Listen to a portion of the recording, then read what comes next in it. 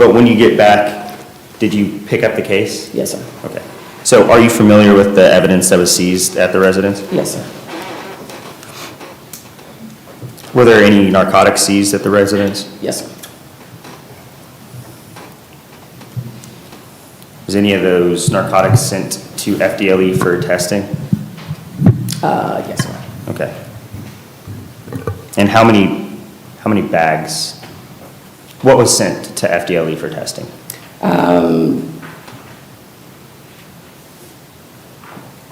By me personally, I think there was some pills sent.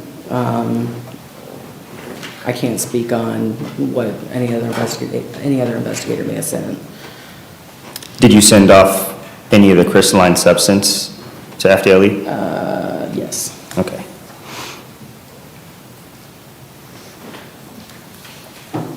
And do you remember how many bags?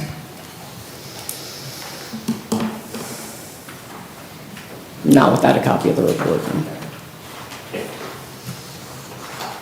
If I show you a report done by FDLE, would that reflect? Sure. Refresh your recollection? Yes, sir.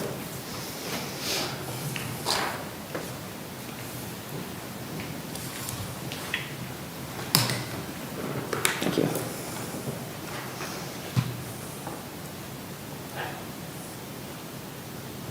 The 3 exhibits that are shown. And what were those 3 exhibits? What were those 3 exhibits that you sent off? Okay. At least suspected? Yes, sir. Okay.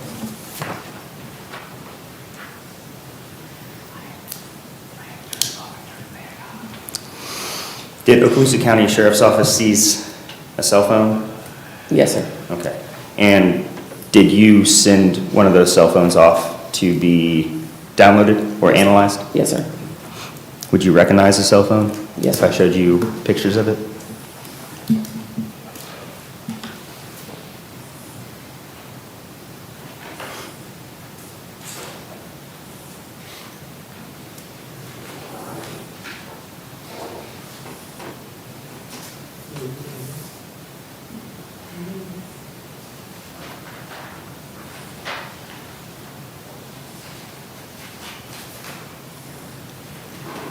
May I approach, please? Yes.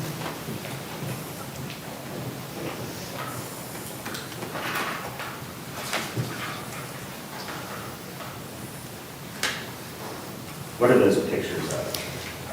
This would be Exhibit 27, which was submitted and downloaded for Celebrate. Okay.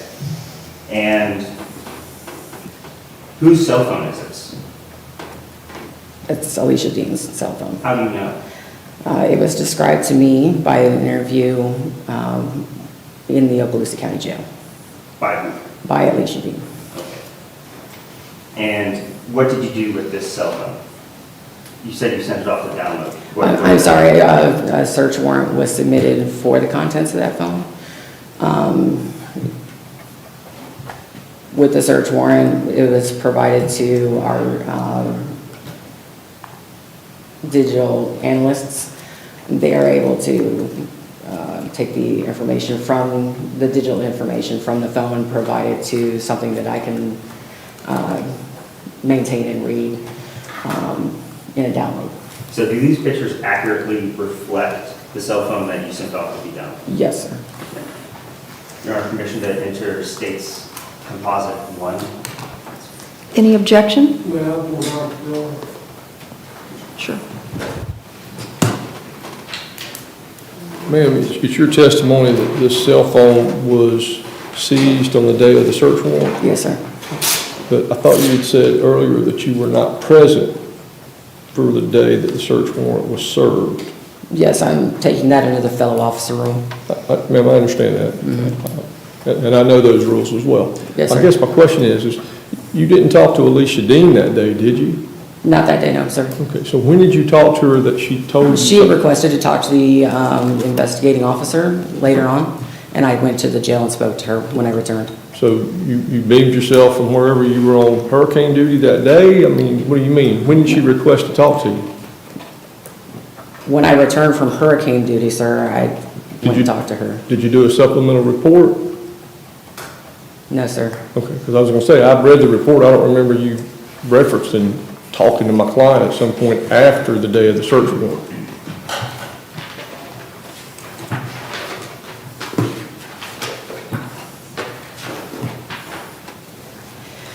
On 12/19/2022, I made contact at the Okaloosa County Jail with Alicia Dean. She advised me I'm not going to take trafficking charges. So that was December of 2022? 12/19/2022. Okay. So that was, And did you give that to the state attorney's office? sir, that was in the report. Okay. I'm just telling you, I've not seen that. Those are my questions, Your Honor. It's page 37 of 41. No objection, Your Honor. All right, State's Exhibit 1 is admitted.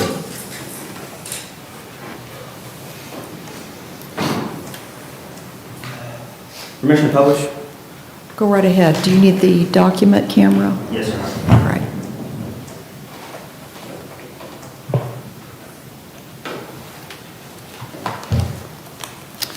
Ladies and gentlemen, State's Exhibit 1 has now been received in evidence. Witnesses may testify about or refer to this or any other item of evidence during the remainder of the trial. This and the other items of evidence will be available to you for your examination during your deliberations. And the exhibit is being shown to you now to help you understand the testimony of this witness and other witnesses in the case, as well as the evidence as a whole. Go ahead, Mr. Sprouse. Thank you, Your Honor.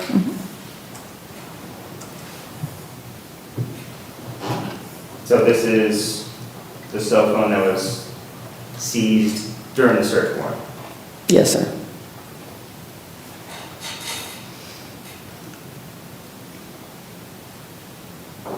And you said this was described to you Yes, by sir. the defendant? She told me her phone was black with a clear case with stickers on it, and then provided me the passcode.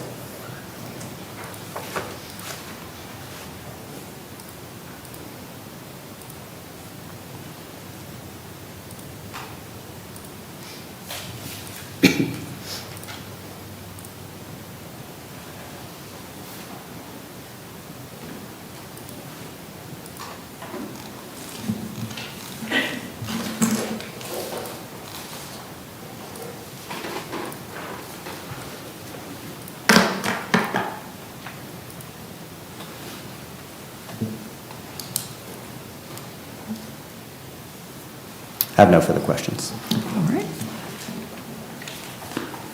Mr. Nopes, you may inquire. Officer, isn't it true that when the items were submitted, did you do the submission to FDLE to have the evidence reviewed? I personally don't. I would make the request. Okay. Did you request that they do any DNA evidence on it? No, sir. Okay. Did you do a request that they do fingerprints? No, sir. Okay. That technology is available, you'd agree with that, right? Yes, sir. However, FDLE does not do that unless it's a violent felony usually. Okay. But it's something you could ask for? Yes, sir, but it's not usually done unless it's a violent felony. Okay. Do you know that for certain, that they won't do it unless it's a violent felony? Common practice, sir. Yes, sir. Okay, because it's my understanding that it could be court ordered and they would have done it. Sure. Okay. Those are my questions. Any redirect? No, Your Honor. May this witness be released by counsel? She is going to be recalled Okay. at the end of the state's case. Okay. And I don't see any hands. Ma'am, you're going to be subject to recall. Please don't discuss your testimony with anyone except one of the lawyers, okay? Yes, ma'am. Thank you.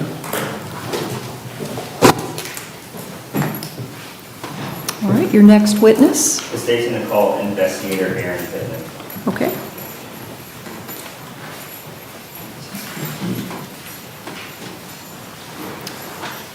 May I approach Madam Clerk with state's exhibit? Yes. One. Yes.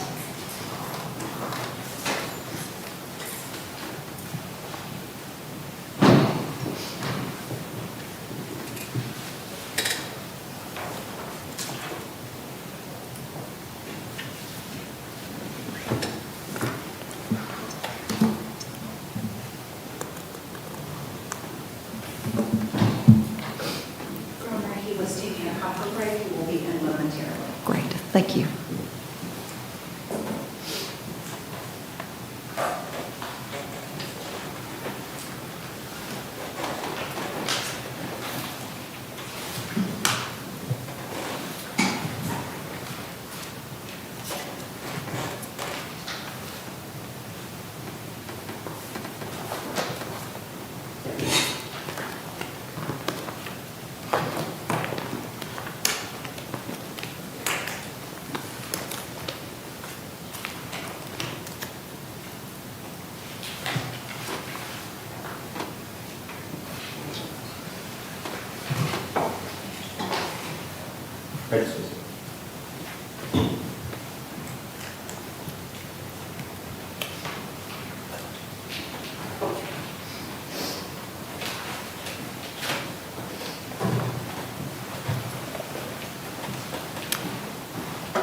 Please remain standing, raise your right hand, please.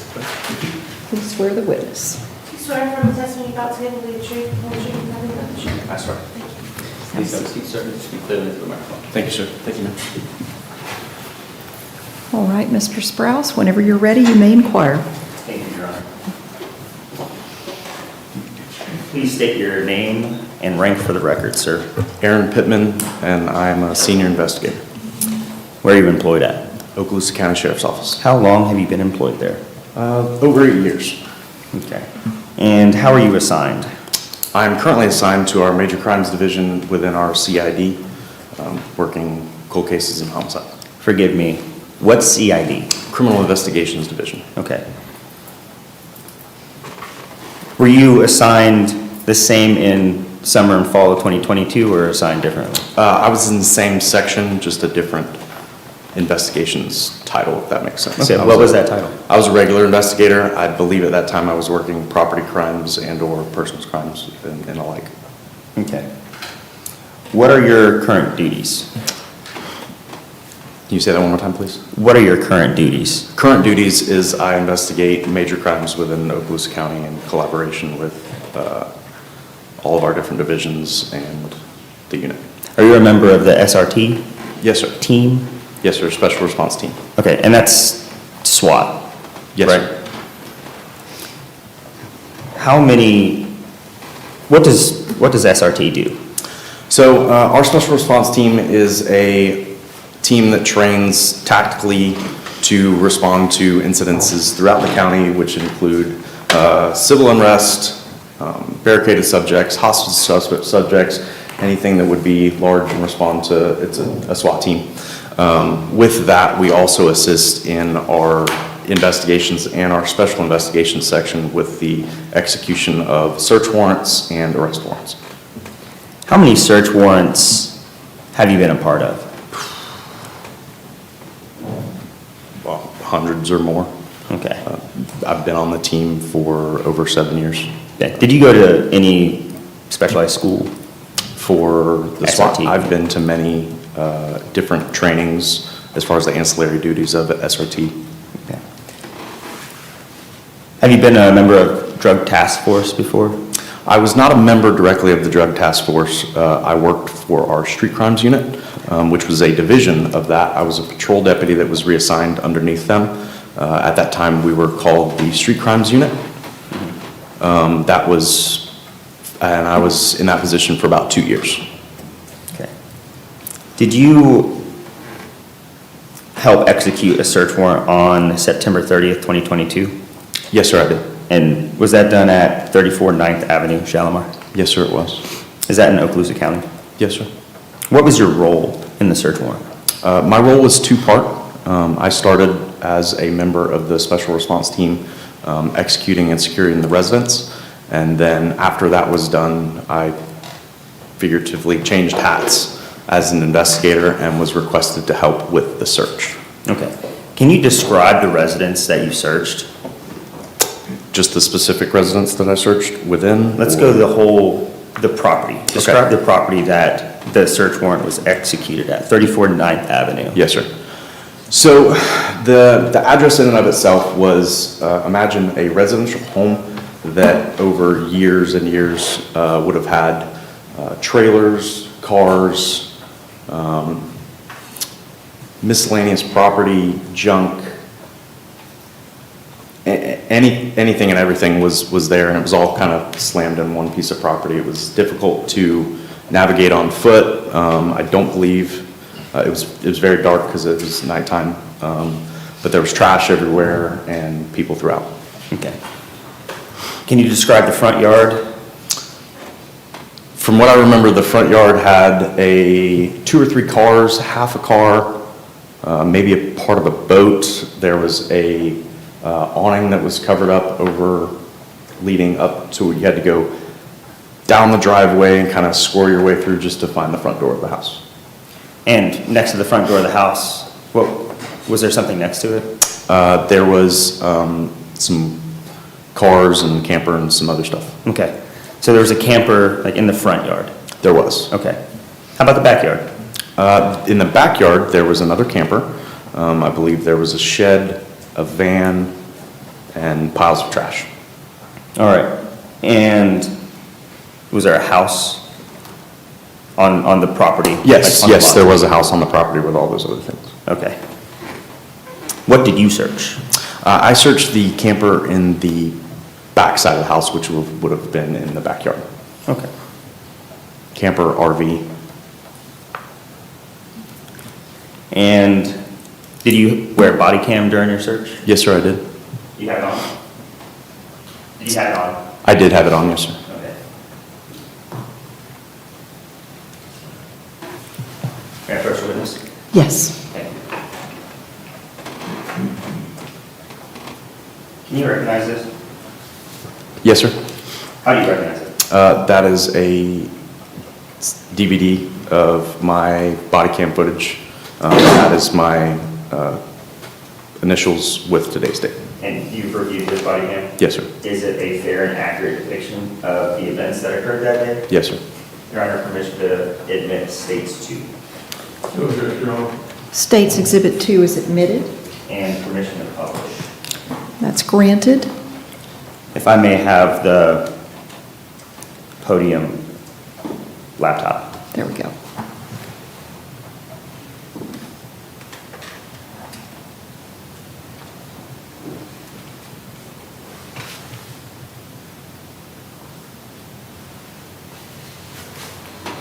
Members of the jury. Oops. Members of the jury, you're about to view and listen to a video recording. The court instructs you that the recording has been edited to eliminate irrelevant portions that would not add to your understanding of the case. The fact that the recording has been edited should not concern you in any way and must not impact the way you view or listen to and consider this evidence. Thank you, Your Honor. Go ahead. And that's the box.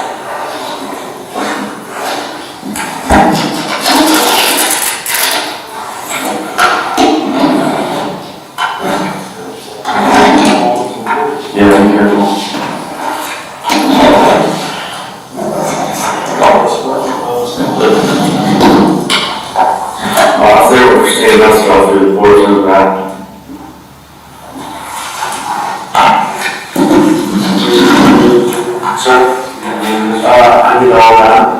I think Source did that. This is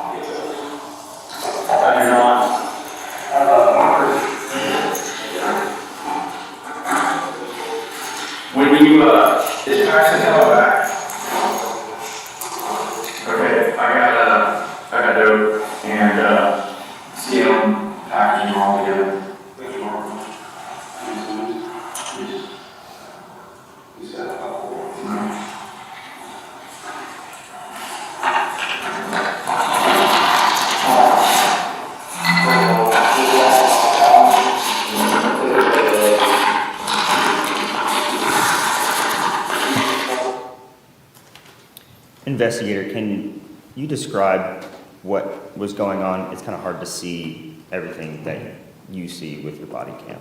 Yes, sir. So usually when or in this case, we were searching the residence and we do it in like little sections. So I had said that I had done a portion over here and then just kind of move across the room. So I approached a brown dresser, which was on the right side of the residence in relation to where the bed was sitting. And I started by going down the right side of that dresser, going through searching systematically the compartments within that. Did you find anything on the right side? I believe, yes, sir, on the fourth drawer down in the lower right-hand corner, I had asked if he had a paraphernalia pile. I picked it up, something that, based on my training experience, saw that I led to believe that it was paraphernalia, and I took it and put it over in the center of the room where that pile was created. Okay. Before you, I guess, started searching the dresser, did you see any evidence of who was living in the RV? Yes, sir. There was a laptop that was down on the floor right in front of that dresser that had a name on it. Okay, and what name was that? Alicia Marie. Okay.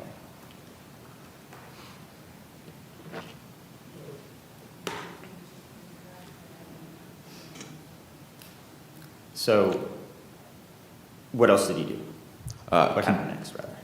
So worked down that side of the dresser, and then with my partner, Sergeant Gordon at the time, now Lieutenant. And then I worked over to the left side, started at the top on my way down as well. In the top drawer, as you can see in the body worn camera, I pulled something out, noticed it in that same effect, took a picture with my agency issued camera, and then put it in that same pile where the paraphernalia would have been located centrally within that room. Then line by line down through that dresser to where I came across a brown leather single strap bag in the third drawer. Okay. What was in that brown bag? There were multiple other small bags or containers, kind of like anybody in here used to have an old like camera case. So there was bags within that bag, and when I pulled out one of them, it was blackish gray, and opened that up, and it contained, I believe it had like packaging materials. There was a scale that I laid up on the top of the dresser as well, snapped some pictures throughout, and then as I worked through suspected narcotics. Okay. How many bags of narcotics did you find? I believe 2 or 3 within that bag. Okay. And inside of that bag, where were they located? There was a pink bag that was covered in zippers, and all within that satchel. Okay. And when you located that evidence, what did you do with it? So when I found it, kind of called it out that I found it, and then packaged it within the manila envelopes for the evidence technician when he did come around. Okay, and how, evidence technician, can you explain why you didn't, I guess, take it Yes, where sir. it needed to go? Yes, sir. So typically with these larger search warrants, there are many, many people involved. So everyone has their roles that they play throughout the house. So if you have a room, you're responsible for that room, but for the search warrant, there's a designated single person that is called the evidence technician. Their job is to provide us what we need while we do the search, and also come back through at the end and ask what was located, where it was located. From there, they take all of the evidence for the entirety of the search warrant, and it would have been the whole property, back to headquarters, and then they package it themselves with the notes that were provided as to where things were located. Okay. And who is the evidence tech for this search warrant? Investigator Shelton. Okay. You said you took pictures of, the contents of the brown bag. Yes, sir. May I approach the witness? Yes, you may.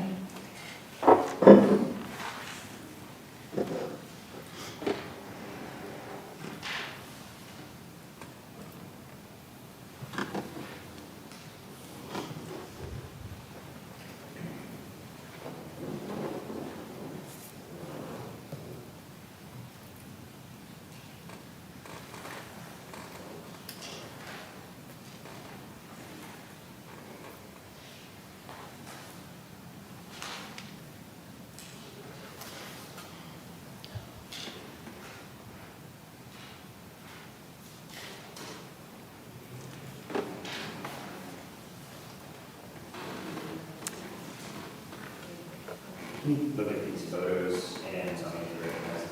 Yes, sir.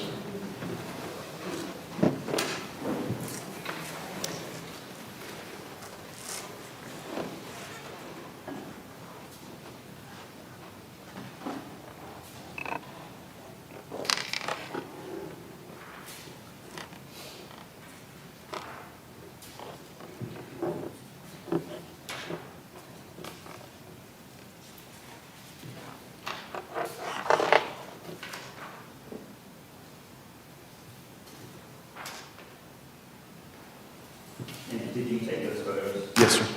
Have they been altered in any way since you last reviewed them or since you've taken them? No, sir. You're on permission to enter State's Exhibit 4. All right, State's Exhibit 4 Yes. is It's admitted. going to be a composite exhibit, Your Honor.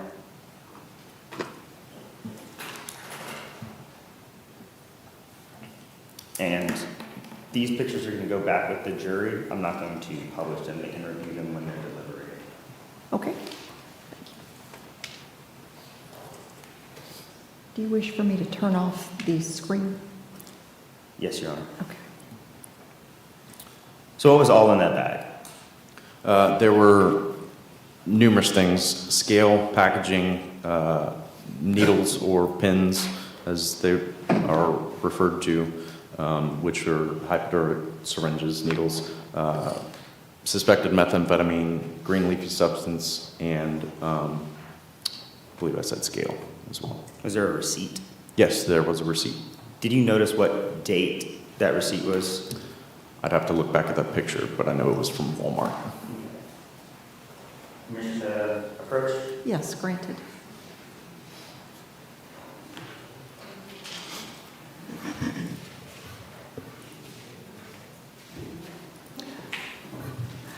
Mr. Nopes, do you need me to turn on the white noise for you and your client to speak? Do you need me to turn on the white noise for you and your client to speak privately? Yes. Do you need me to turn on the white noise so you can have a private conversation? Okay, thank you. What date was that receipt? September 29th, 2022. So a day before the search warrant was conducted? Yes, sir. Okay.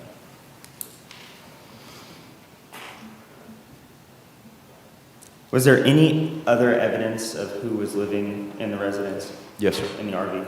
Who else? Like what? Yes, sir. I believe there was mail, like posted U.S. Postal Service, like mail, and then other. Go ahead. Whose name was on the mail? Alicia Marie Dean. Okay. I have no more questions. All right, thank you. Mr. Nopes, cross.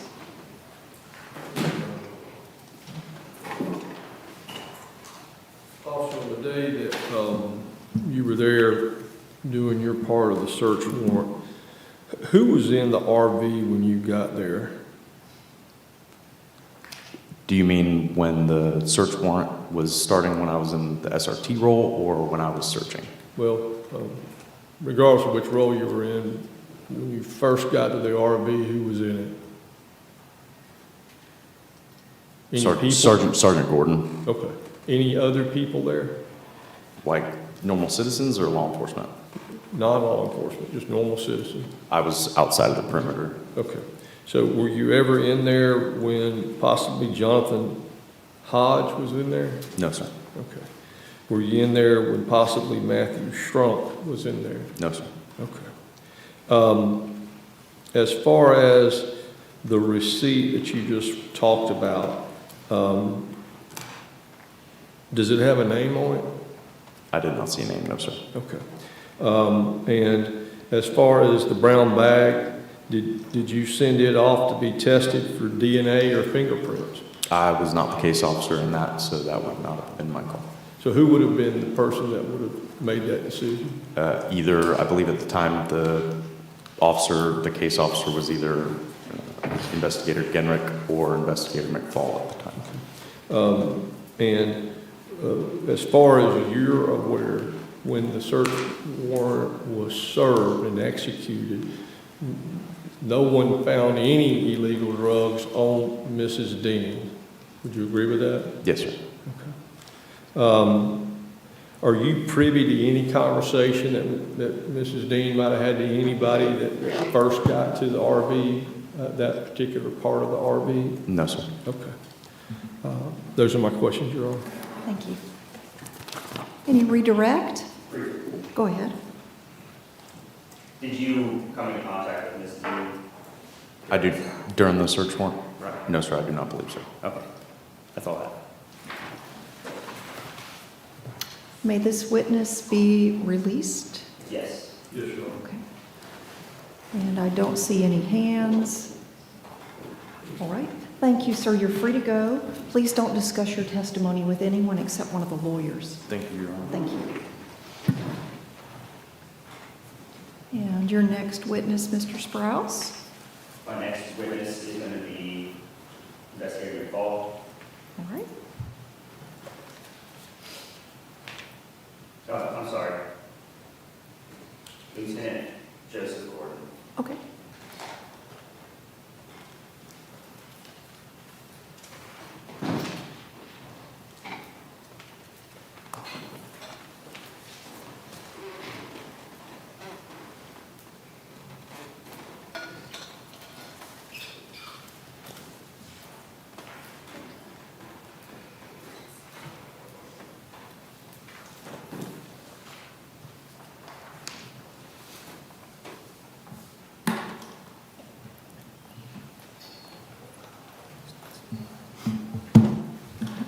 Do you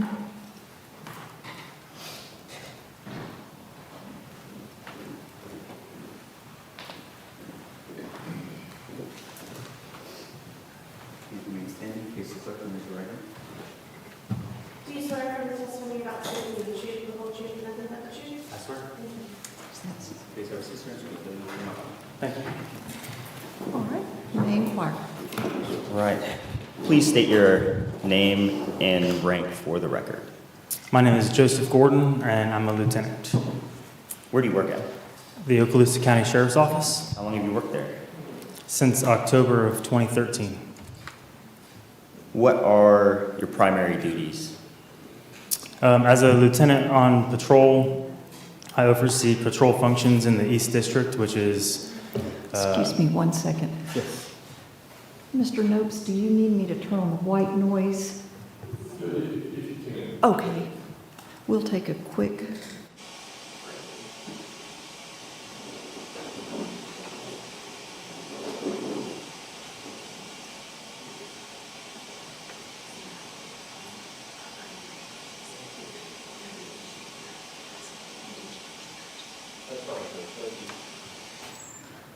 All right.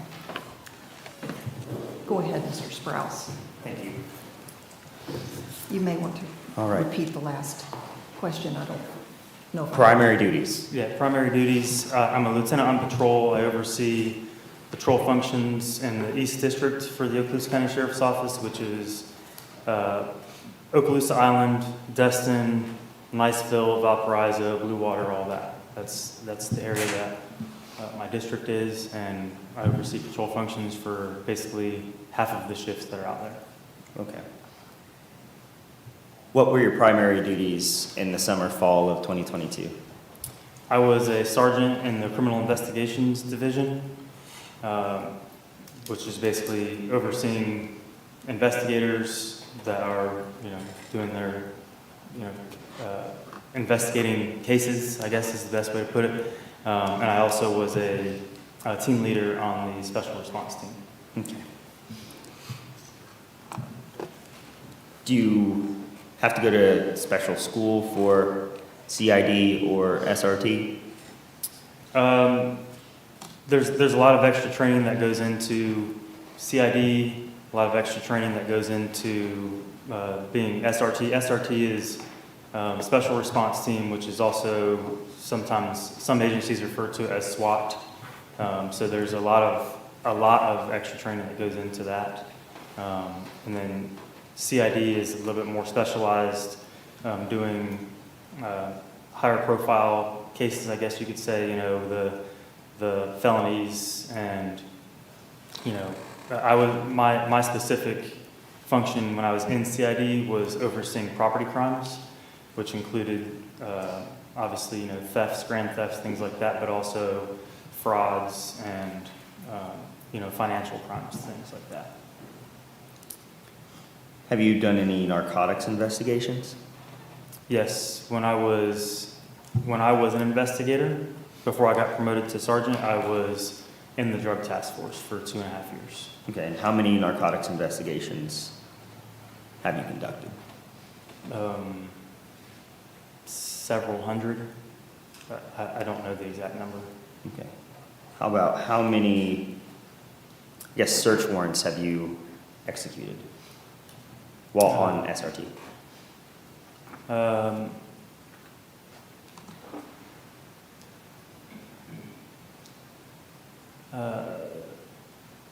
Over the past 5 years, we've averaged about 30 a year-ish. So, just in the past 5 years, I would say 150. And that's when we kind of got a little bit busier, was over the last 5 years. So before that, I would estimate probably 200 with SRT. Thank you. Did you help execute a search warrant on September 30th, 2022? Yes, And that was at 34 9th Avenue, Shalimar? correct. What was your role during the search warrant? During the execution of the search warrant, I was a team leader on the special response team. the special response team was used for this particular search warrant due to the number of people that we believe were going to be on scene. You know, the complexity of the layout of the property and, like I said, just the number of people that were going to be on scene. So How many people were on scene? I believe the total number was 17 or 18 people we pulled out of the different spots on the property. Okay. Did you assist in searching the property? Yes, after we after we served the search warrant, got it secured, then I helped with searching. Yes. Okay. I want to back up briefly. How did y'all conduct the, I guess, search warrant from the start? So we call it a surrounding call out, which is basically where we set up a perimeter around the location using people and drones and things like that to keep anybody from getting out of the property. If they do get out of the property, we are there to catch them. And then the call out portion is where we are using a loudspeaker. It's called an LRAD, which is basically meant for you can use it for like crowd control, things like that, but it's very, very loud. And so we use that to basically talk to people inside of a house. And it's loud enough where it wakes up, you know, we get neighbors that come out and things like that wanting to see what's going on. So we basically say, you know, Okaloosa County Sheriff's Office, we're here with a search warrant. Come out now. We can guarantee your safety. And we, you know, kind of repeat that, maybe say it a few different ways to try to get people to come out of the house, you know, without us having to go in and get them. So you're not like kicking in the door, throwing flashbangs? No, we're not doing that. That's like a last resort. You know, we do everything we can to get people to come to us without needing to use any level of force. Throwing a flashbang is a use of force. Okay. For our policy. So would you consider this a covert op or an overt operation? Very overt, you know, like I said, it's loud enough, you know, we use sirens, we use announcements, very loud, you know, neighbors come out and see what's going on, so it's definitely overt. Okay. And briefly, could you describe the residence that y'all conducted this search warrant on? So is it okay if I just talk about the whole property, I guess? Yeah. So the front yard is primarily, there was a lot of trash in the front yard. There was a car that was cut in half that there was somebody sleeping in at one point. You know, we had done announcements and this guy never came out, and we started moving forward after we believed that we had everybody out, and lo and behold, we find him inside of this car that's cut in half in the front yard. Then in the driveway, there's like a trailer, RV type trailer, and they have like an awning kind of set up over it with couches outside of it, and it's almost set up like a makeshift, I guess, like a living area where they kind of sit around and chit chat or whatever. And they have a fence that kind of blocks the view of that off from the street. Move past that, there's like another overhang with a car, a broke down car that's not moving, a lot of trash that you have to get around just to get to the front door. When you get to the front door of the residence, inside was, you know, just the best way I can describe it is garbage. It's just a lot of things piled up, literally almost to the ceiling, with little walkways to get around in between the trash.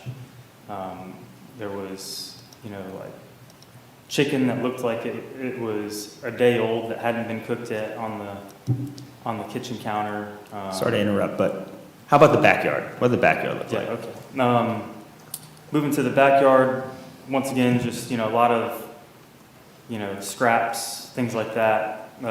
In the very back, there's a shed, the back left portion of the yard, there's a shed And then on the right portion of the yard, there's a, another trailer type RV setup, but this one, it's like a little bit more permanent. There's actually steps that are built to walk up to this, to the walkway, or to the door that goes into this trailer RV setup. So there was a door on the RV? Yes, Okay.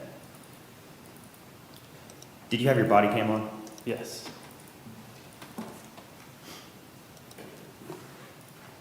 Permission to approach. Yes, granted. Do you recognize this? Yes, I do. What is it? That's a CD, DVD that has my body camera video on it, and my initials and today's date are on there because I reviewed it and made sure that's what it was. And is this a fair and accurate depiction of the events that occurred that day? Yes. Permission to introduce States 5. All right, State's Exhibit 5 is admitted. And permission to publish it? Yes, that's granted. So members of the jury, you're about to view and listen to another video recording that has been edited to eliminate portions that would not add to your understanding of the case. The fact that the recording has been edited should not concern you in any way and must not impact the way you view and listen and consider this evidence. Thank you.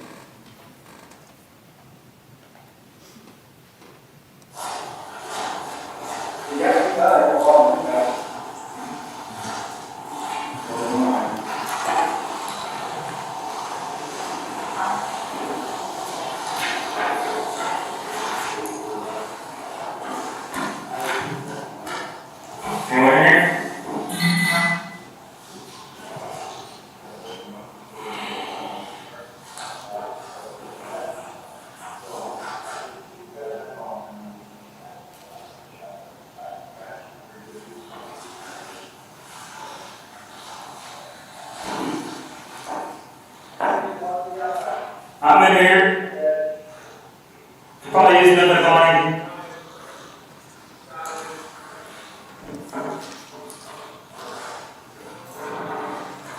Definitely be careful, because I feel like the floor is gonna come out from underneath me.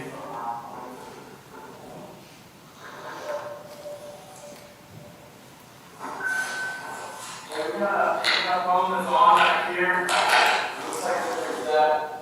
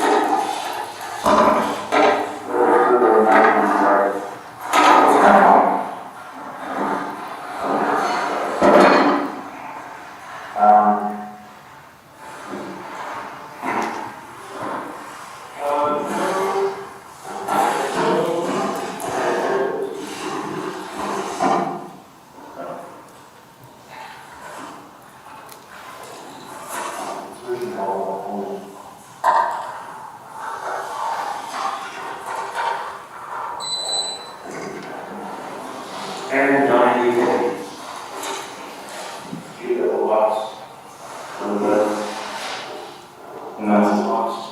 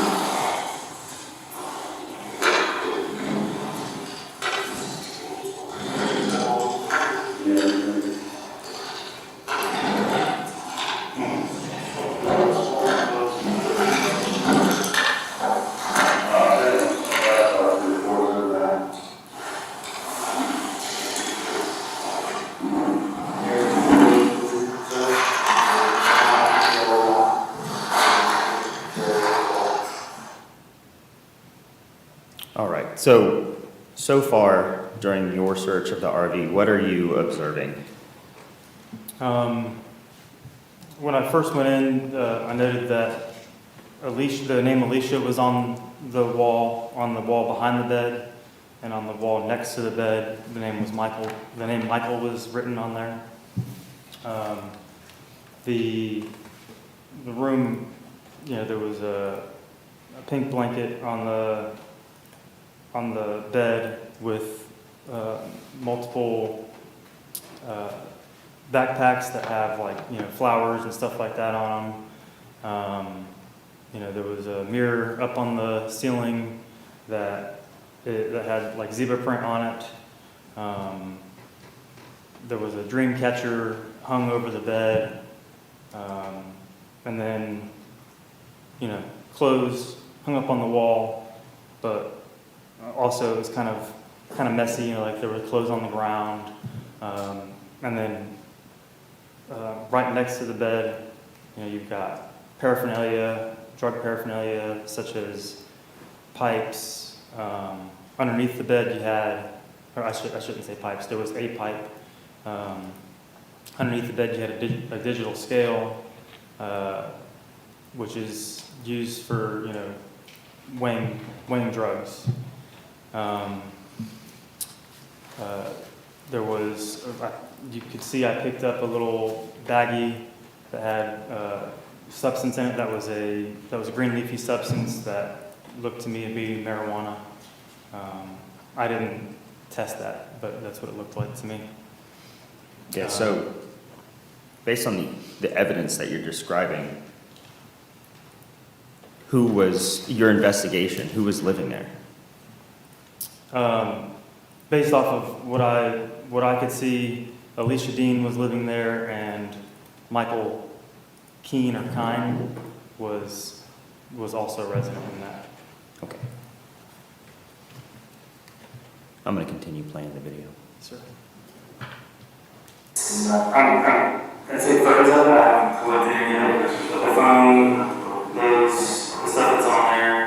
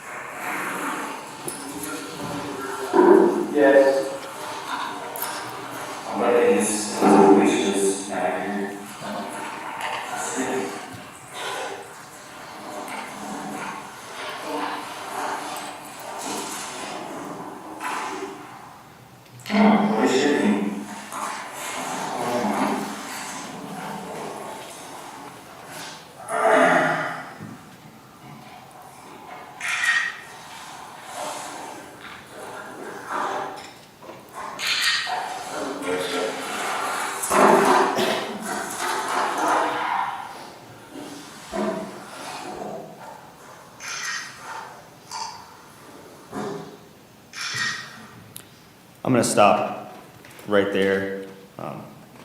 What do you take pictures of right now? That was a wallet that came out of the bag that was on the bed, and inside the wallet there's debit cards, credit cards that belong, or that have the name Alicia Dean on them. So Michael Keene also had things there. There was one EBT card and one piece of mail for Michael. Was there anything else in that RV with anyone else's name other than Alicia Dean and Michael Keene? Not that I found, not that I saw. Okay. Did you take photos while you were, you took photos, right? Yes, I did.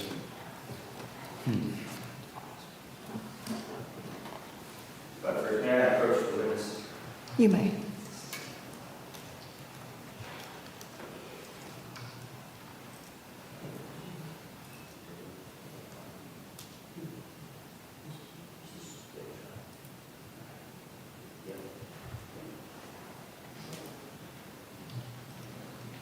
This is previously marked states 3. Do you recognize this? Yes, that's the door to the RV. And do you know what this is from? Can you tell? Is that, I think it's from my body camera. Okay. That's a snap from my body camera. Okay. And we entered that evidence already. Your Honor, permission to enter states 3 States 3 is admitted. and publish. You may. Do you need the document camera? Yes, Your Honor. Okay.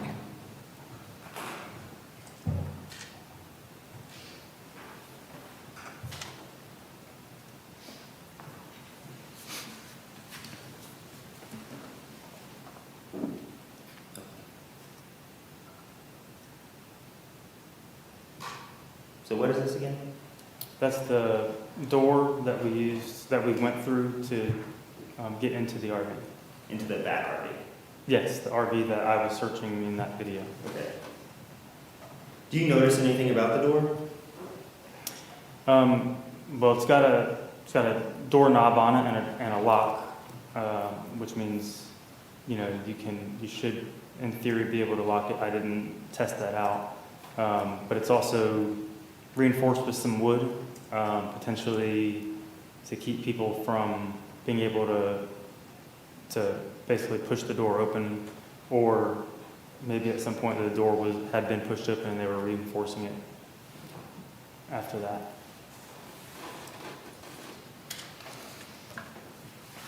And you took photos of the search as you were conducting it, it appears in the video. Yes, sir. No objection. Could you look through these and tell me what they are?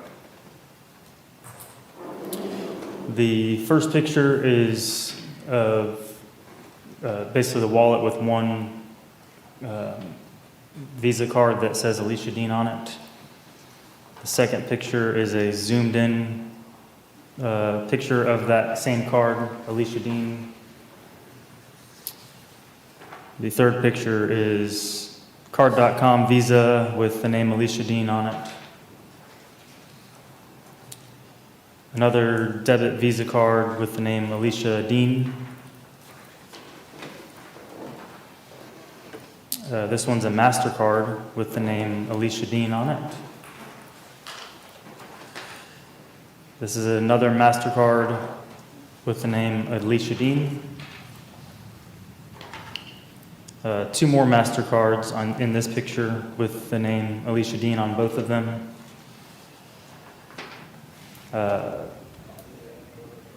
There's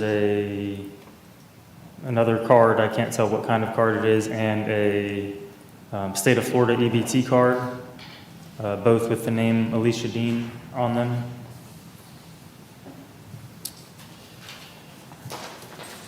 In this picture, this is a picture of the side table. It's got a picture of it's the top of the table, but there's paraphernalia. You know, you've got a meth pipe, a pipe used for smoking meth. You've got like a little Brillo pad, which is used as a filter to smoke meth. And then you've got a cup that has baggies in it, which are packaging material for meth. There's also a little piece of glass that looks like maybe some white powder residue, and a little baggie of marijuana, which is the one that I picked up in that video. And this one, it's a zoomed in photo of the meth pipe, the Brillo pad, and also, I forgot to mention, there's also a weight sitting on here. A lot of times the weight is used to get an accurate account on the scale of how much, to make sure the scale is saying the correct amount before you weigh something like drugs on the scale. So that weight probably weighs like an ounce, so you can say, yes, this is actually an ounce whenever you put something else on it. All right.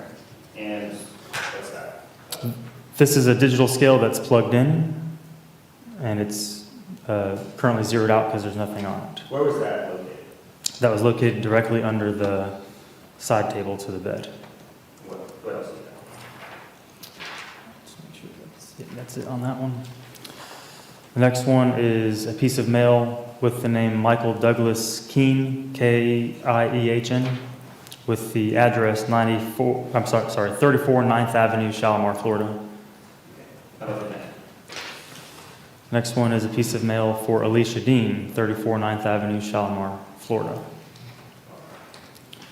And the last photo. The last one is the EBT card for Michael Keene, State of Florida EBT card. And you took these photos? Yes, sir. Are they altered in any way? No, sir, I don't believe so. Permission to introduce states 6 as a composite? Go, Jason. State's Exhibit 6 is admitted. And permission to publish? You may. All right. These pictures are going to go back with the jury so they can review them when they deliberate. I'm just going to pull out the most relevant that I would like to highlight.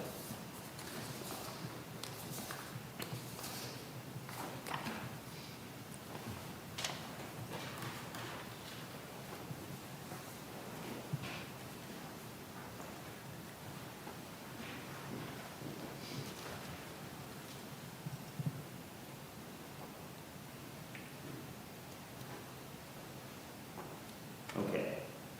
I know that you went over this kind of with me at the podium and the jury, but while we're all looking at it, can you do the same thing? Yes, so that's the picture of the top of the nightstand, which is directly to the left side of the bed. As you can see on there, the first thing that sticks out is the glass pipe that has residue in it.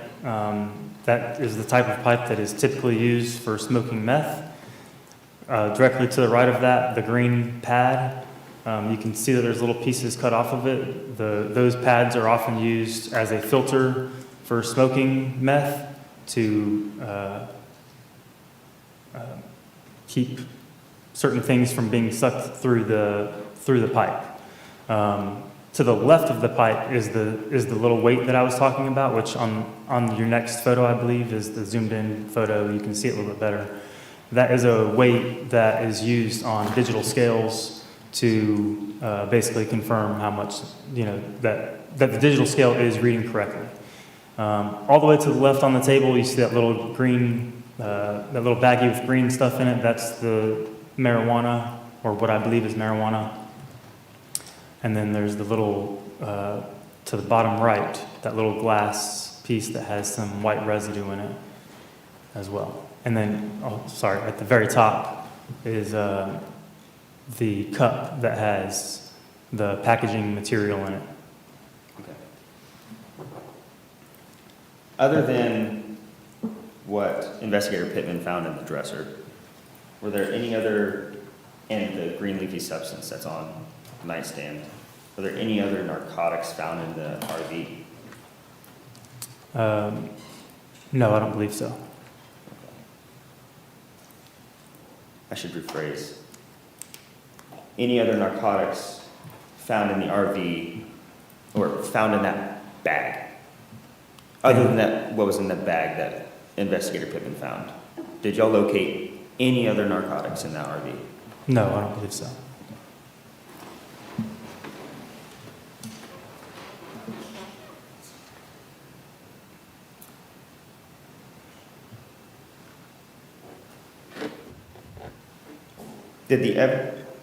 What did the evidence show about, like, who was living there?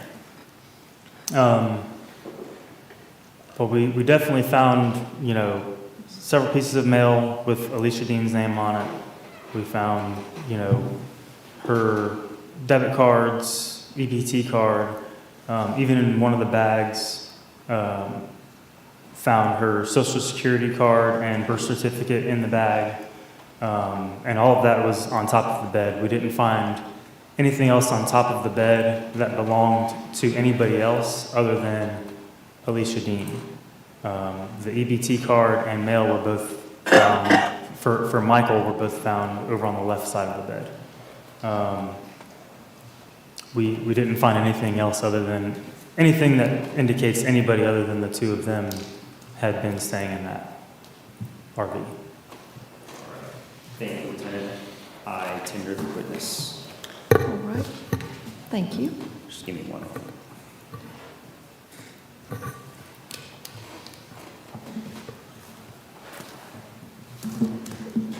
And we'll plan on taking our break after you're completed with this witness. Go ahead, Mr. Nopes, whenever you're ready. Good morning, Lieutenant Gordon. How many RVs was on this piece of property that search warrant was executed on? I believe that one's the only actual RV. Up front, there was also a trailer, which is, commonly, some people refer to it as an RV, but I don't think that one was drivable. It's more of a trailer that people can stay in. And so the allegations in this case is that my client was trafficking meth, and the meth was actually found, and for the lack of, just try to help me label and describe it. We got the backyard RV, right? Yes, sir. And that's what you've got a video of. Correct. And then we've got, is that the other one kind of in the front yard? Yeah, it's more like a camper. Yes, sir. It's in the front driveway is where it's at. And as far as the drugs that Mr. Pittman showed us a video of the brown bag and all that, was that the front driveway RV or is that the backyard RV? The backyard RV. Okay. So as far as this case is concerned, did you do a written narrative or any type of addendum to probable cause to put forth what you found and how it happened? No, sir, I did not. Okay. Were you in charge of sending off any of the drugs to FDLE? No, sir. Okay. And did you have any communication or conversations with Miss Dean? The only conversation I had with her is I came back up front at one point and said, "What's your name?" She said, "Alicia," and I moved on. Okay. At that point, I had her ID in my hand, and I was just confirming that that was her. Yes, sir. So when you got into the backyard RV, was there any of the individuals, I think you said there were 17 or 18, was any citizens in the backyard RV? In the RV, no. Okay. Not when we went in there. Had you seen anybody back there prior to entering? No, I did not. No. Okay. Those are my questions. Thank you. Yes, sir. Any redirect? Briefly, Okay. do you see Alicia Dean in the courtroom today? Yes, sir. Can you just point and describe what she's wearing? An article of clothing. Yes, she's sitting right there. She's wearing a black jacket, black shirt. May the record reflect that the lieutenant has identified the defendant. The record will so reflect. That's all I have. Thank you, Lieutenant. Thank you. All right. May this witness be released? Yes. And I don't see any hands. for recall. Okay, so sir, you're subject to recall, so please don't discuss your testimony with anyone except one of the lawyers. You may be called back, okay? Okay. Does that mean I need to stay here? Do I need to just stay within 30 minutes, or how does that work? I'm sorry. 30 minutes. Okay. We'll discuss. Okay. Thank you. Yes, thank you.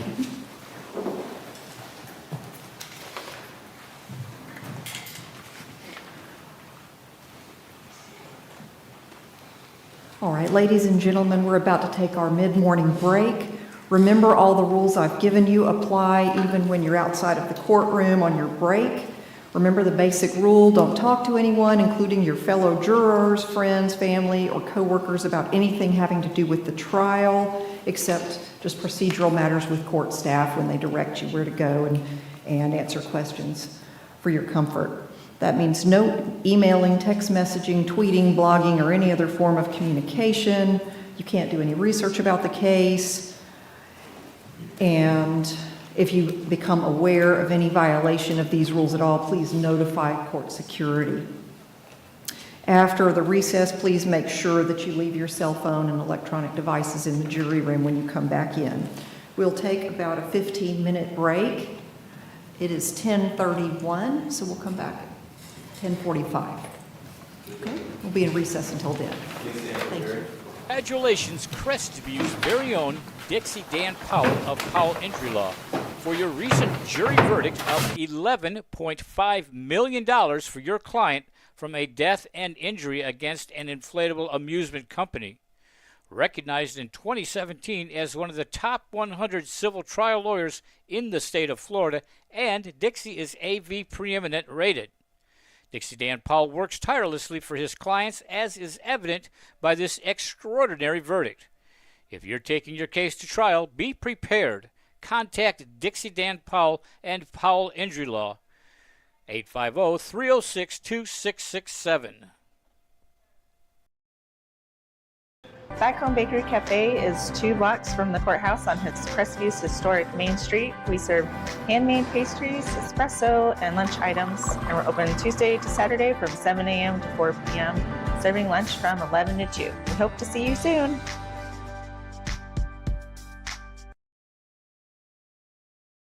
Hello, I am Bonnie from Body Be Healthy here in Crestview.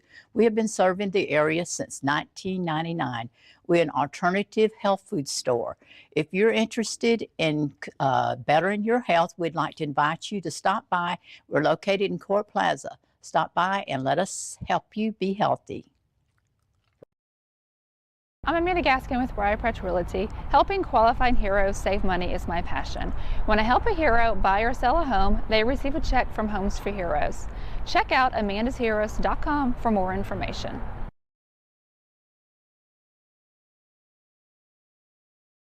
For more than 70 years, the sweet aroma of the Crestview Coney Islands burgers and hot dogs has permeated the downtown area. If you have not experienced the unique flavor of Crestview's Coney Islands burgers and hot dogs, then I encourage you to join us for lunch. Monday through Thursday from 10 a.m. till 3 p.m., Friday from 10 a.m. till 4 p.m., and Saturday from 10 a.m. till 2 p.m. We're located in historic downtown Crestview at 107 North Main Street. Call 850-683-1045. CQ Roofing, your hometown roofer since 1999. We're state licensed and insured, family owned and operated with 24 years of local service. We specialize in shingles and metal, re-roofs, repairs, and leak specialists. For all of your roofing needs, call us today or visit our website at cqroofing.com. CQ Roofing, your hometown roofer.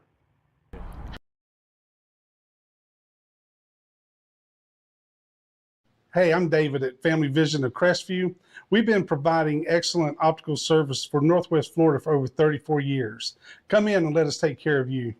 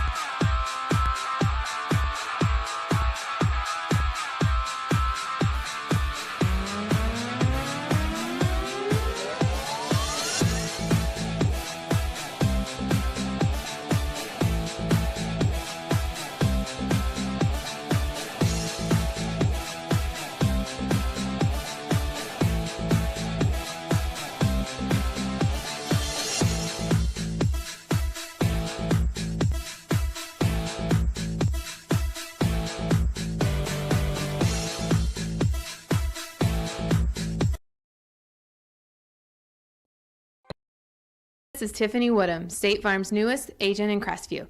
I'd like to personally invite you to stop by my office for a no-cost policy review. Let me help you start saving today. Call in, walk in, or click in at yourcrestviewagent.com.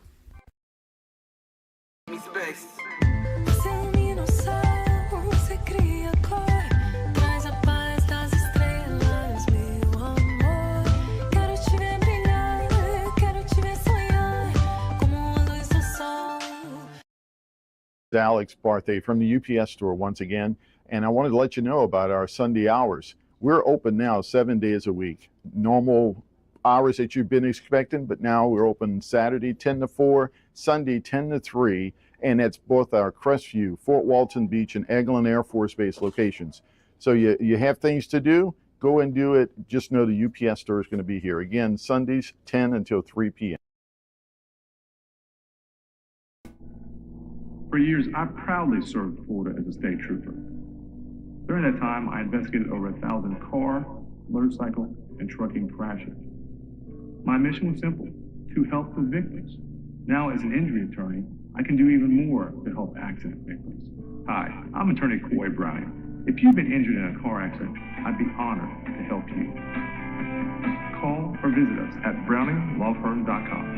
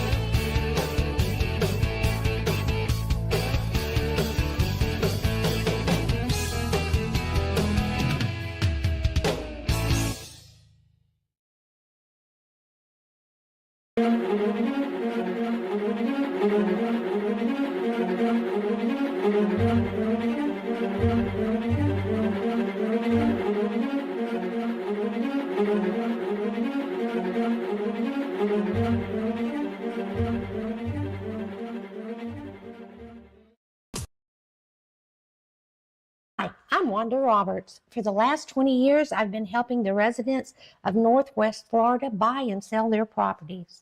My office is just 1 block south of the courthouse in historic downtown Crestview. Give us a call at 850-398-5389. Hi, I'm Michael Gilbert, defense attorney with Warrior Law. I represent those accused in Santa Rosa, Okaloosa, and Walton County. If you or anyone you know has been accused of a crime, give us a call. We can help.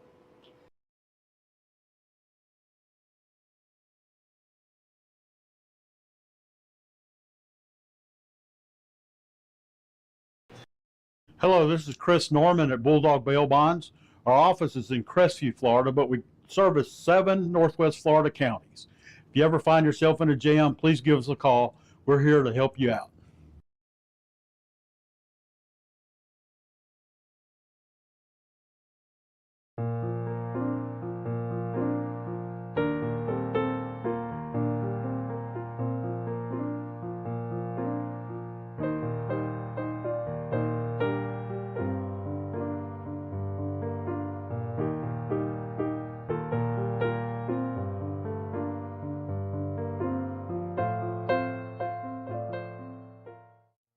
Congratulations, Crestview's very own Dixie Dan Powell of Powell Injury Law, for your recent jury verdict of $11.5 million for your client from a death and injury against an inflatable amusement company. Recognized in 2017 as one of the top 100 civil trial lawyers in the state of Florida, and Dixie is AV preeminent rated. Dixie Dan Powell works tirelessly for his clients, as is evident by this extraordinary verdict. If you're taking your case to trial, be prepared. Contact Dixie Dan Powell and Powell Injury Law, 850-306-2667.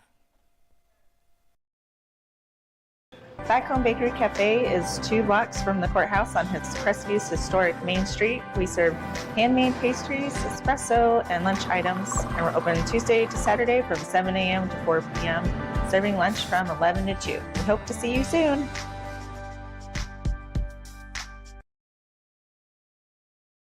Hello, I am Bonnie from Body Be Healthy here in Crestview. We have been serving the area since 1999. We're an alternative health food store. If you're interested in bettering your health, we'd like to invite you to stop by. We're located in Court Plaza. Stop by and let us help you be healthy. I'm Amanda Gaskin with warriprech Realty. Helping qualified heroes save money is my passion. When I help a hero buy or sell a home, they receive a check from Homes for Heroes. Check out amandasheroes.com for more information.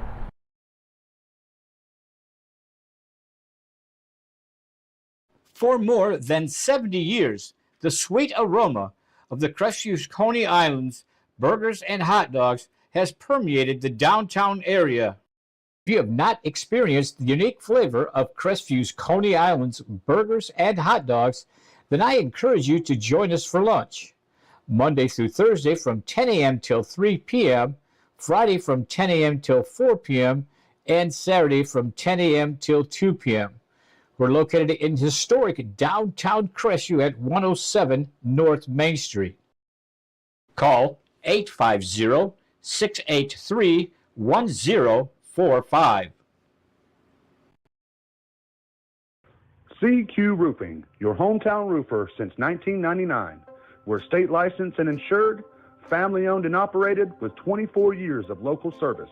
We specialize in shingles and metal, re-roofs, repairs, and leak specialists. For all of your roofing needs, call us today or visit our website at cqroofing.com.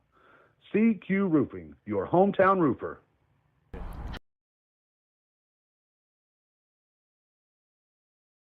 Hey, I'm David at Family Vision of Crestview. We've been providing excellent optical service for Northwest Florida for over 34 years. Come in and let us take care of you.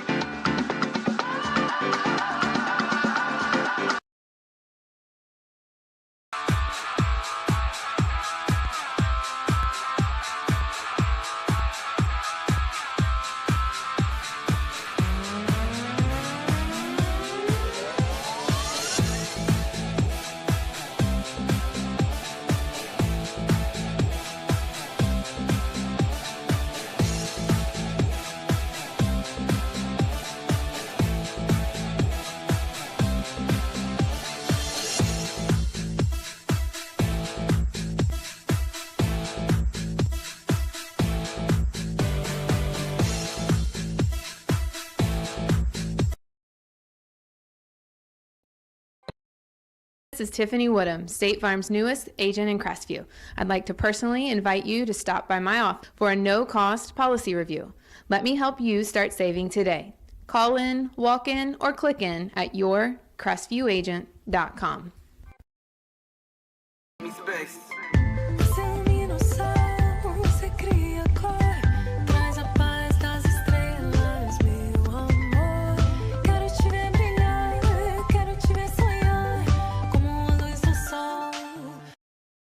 Alex Barthay from the UPS store once again, and I wanted to let you know about our Sunday hours. We're open now 7 days a week. Normal hours that you've been expecting, but now we're open Saturday 10 to 4, Sunday 10 to 3, and it's both our Crestview, Fort Walton Beach, and Eglin Air Force Base locations.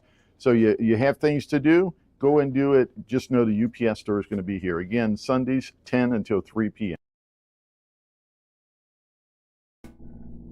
For years, I proudly served Florida as a state trooper. During that time, I investigated over 1,000 car, motorcycle, and trucking crashes. My mission was simple, to help the victims. Now, as an injury attorney, I can do even more to help accident victims. Hi, I'm attorney Coy Browning. If you've been injured in a car accident, I'd be honored to help you. Call or visit us at browninglawfirm.com.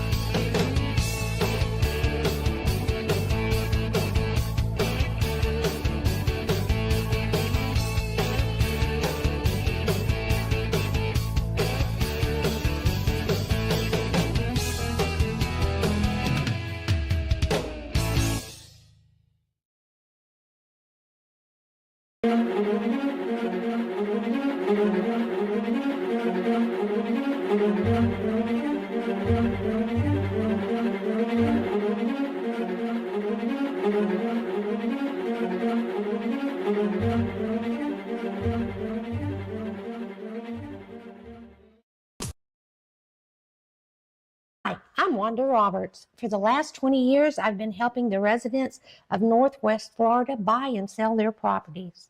My office is just one block south of the courthouse in historic downtown Crestview.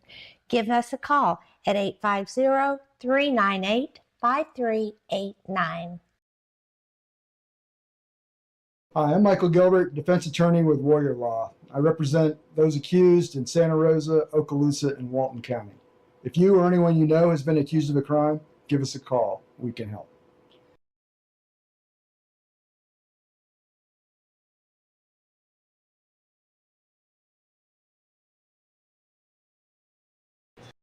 Hello, this is Chris Norman at Bulldog Bail Bonds. Our office is in Crestview, Florida, but we service 7 Northwest Florida counties. If you ever find yourself in a jam, please give us a call. We're here to help you out.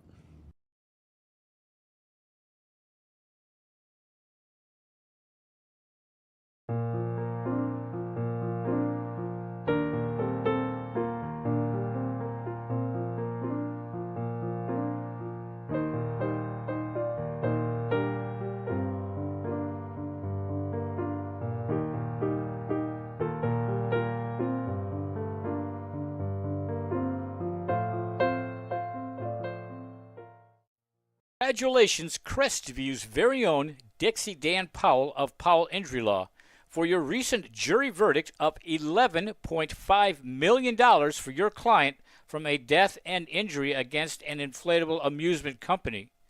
Recognized in 2017 as one of the top 100 civil trial lawyers in the state of Florida, and Dixie is AV preeminent rated. Dixie Dan Powell works tirelessly for his clients, as is evident by this extraordinary verdict.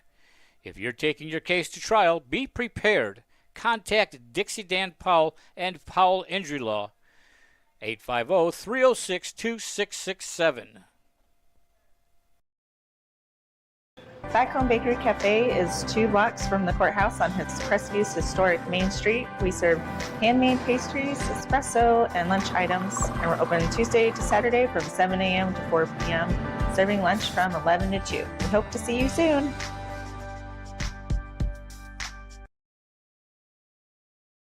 Hello, I am Bonnie from Body Be Healthy here in Crestview. We have been serving the area since 1999. We're an alternative health food store.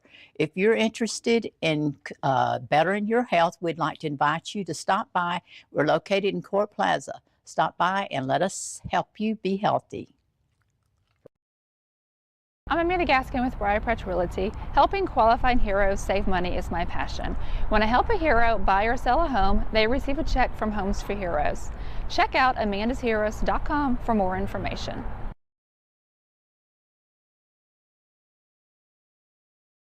For more than 70 years, the sweet aroma of the Crestview's Coney Islands burgers and hot dogs has permeated the downtown area. If you have not experienced the unique flavor of Crestview's Coney Islands burgers and hot dogs, then I encourage you to join us for lunch. Monday through Thursday from 10 a.m. till 3 p.m., Friday from 10 a.m. till 4 p.m., and Saturday from 10 a.m. till 2 p.m. We're located in historic downtown Crestview at 107 North Main Street. Call 850-683-1045. CQ Roofing, your hometown roofer since 1999. We're state licensed and insured, family owned and operated with 24 years of local service. We specialize in shingles and metal, re-roofs, repairs, and leak specialists. For all of your roofing needs, call us today or visit our website at cqroofing.com. CQ Roofing, your hometown roofer.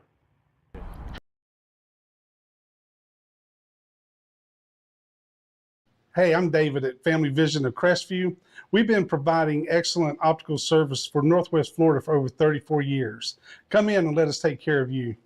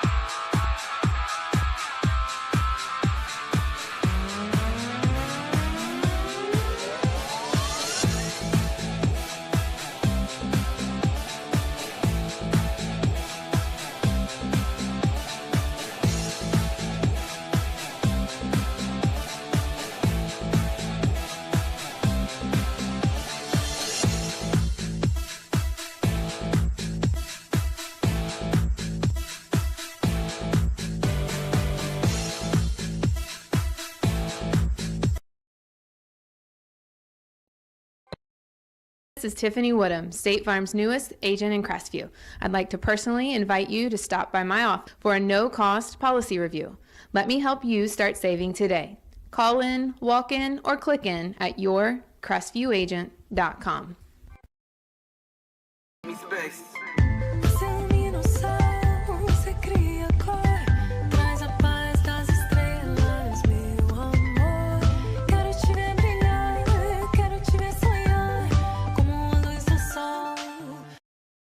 Alex Barthay from the UPS store once again, and I wanted to let you know about our Sunday hours. We're open now 7 days a week. Normal hours that you've been expecting, but now we're open Saturday 10 to 4, Sunday 10 to 3, and that's both our Crestview, Fort Walton Beach, and Eglin Air Force Base locations.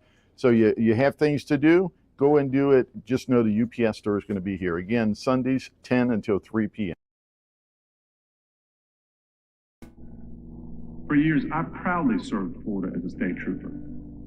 During that time, I investigated over 1,000 car, motorcycle, and trucking crashes. My mission was simple, to help the victims. Now, as an injury attorney, I can do even more to help accident victims. Hi, I'm attorney Coy Browning. If you've been injured in a car accident, I'd be honored to help you. Call or visit us at browninglawfirm.com.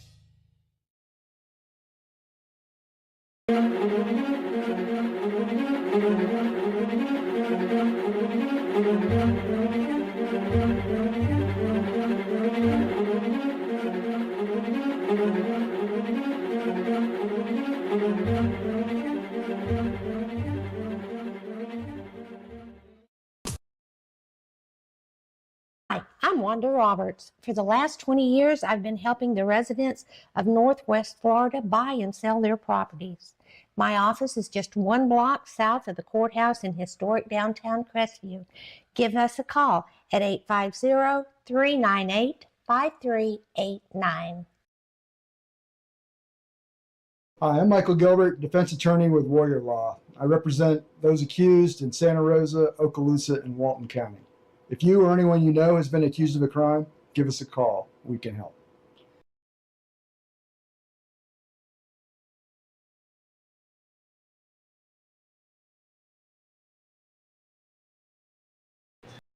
Hello, this is Chris Norman at Bulldog Bail Bonds. Our office is in Crestview, Florida, but we service 7 Northwest Florida counties. If you ever find yourself in a jam, please give us a call. We're here to help you out.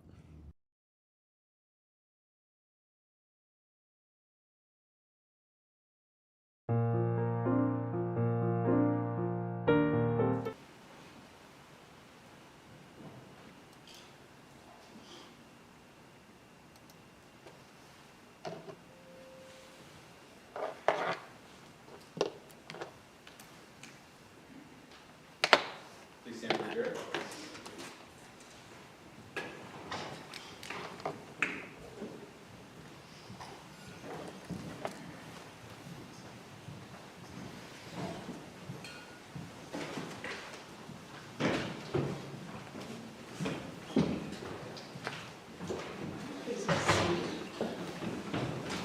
The record will show the presence of the jury, the defendant, Mr. Noakes, and Mr. Sprouse.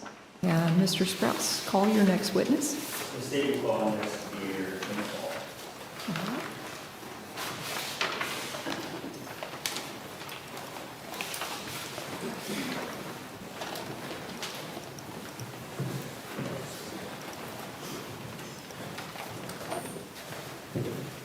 Stand and raise your right hand.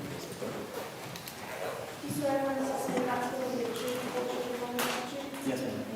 Just have a seat right there. Okay. All right, Mr. Sprouse, you may inquire.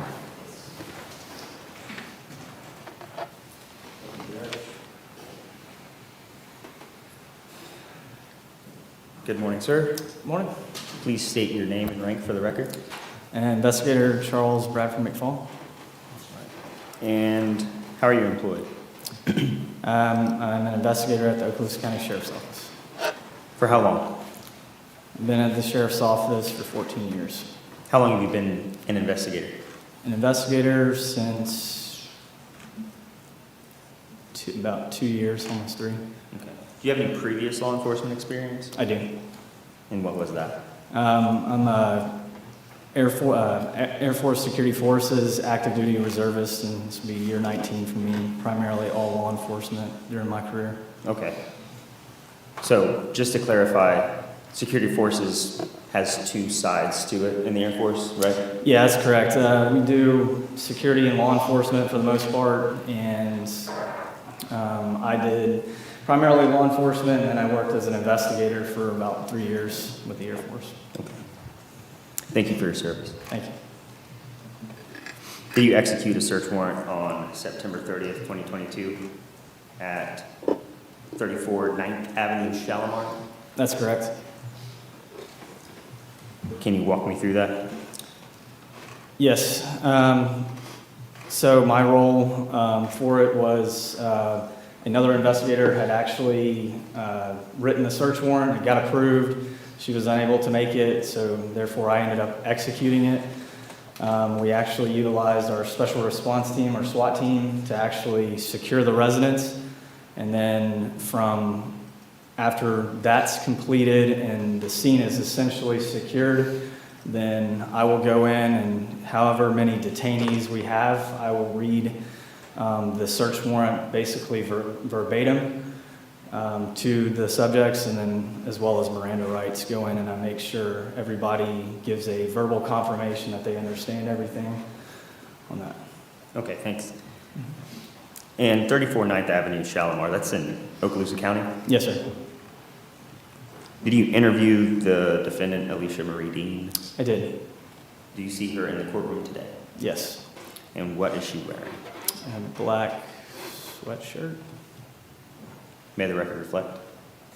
The record will so reflect.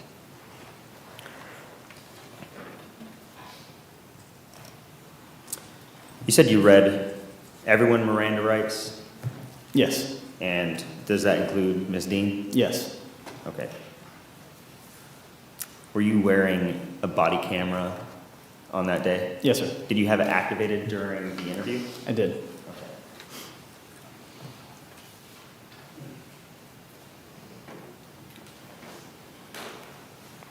Madam Clerk, which exhibit number are we on? 7. Thank you. Your Honor, I'm showing it to the defense counsel what's been previously marked as state 7. Okay. Yeah, first witness. Yes, you may.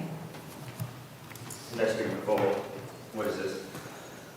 This is a CD certified by me from today of the body cam footage involving Ms. Dean. And is this a fair and accurate depiction of the events that occurred? Yes. Permission to introduce state 7. Any objection? Exhibit, yes, and Exhibit 7 is admitted and you may publish.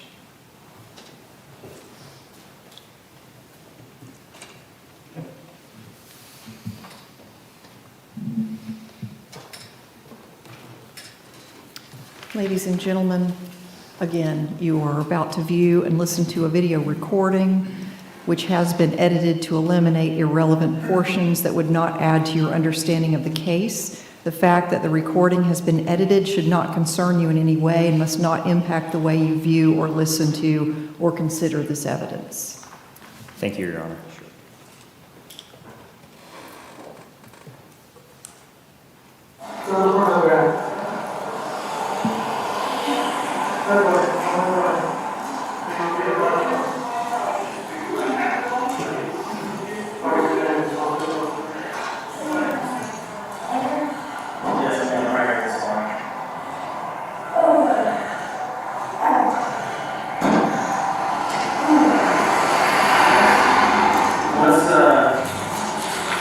What's your first name? Spell it for me. What's your middle name? Marie. What's your last name? Dean. What's your date of birth? Are we serious? What's your date of birth? 11/9/89. 11/9/89.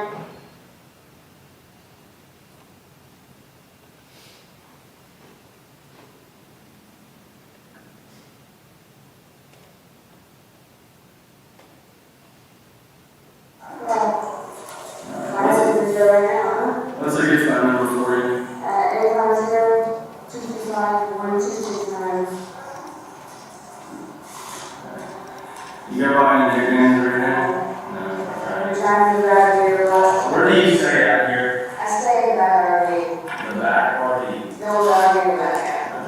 They're trying to get my stuff packed up and move. Everybody got stuff with packed. Kind of here, everybody comes in there.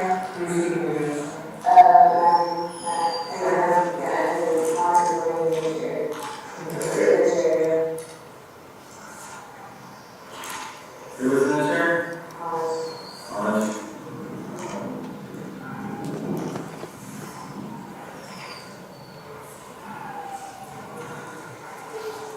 What all was in that RV that you're saying? What narcotics? I really don't know.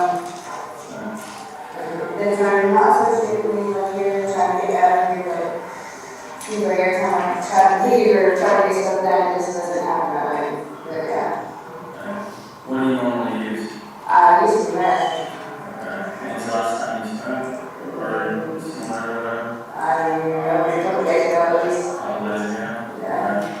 How long have you been staying in the RV back there? Roughly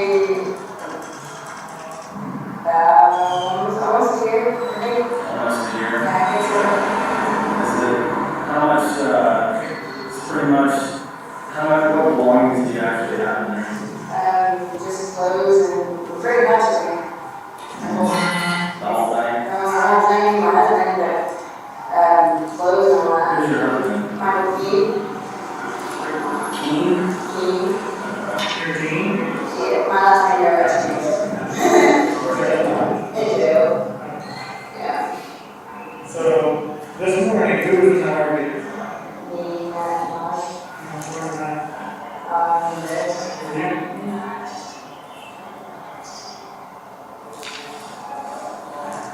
I was in the chair.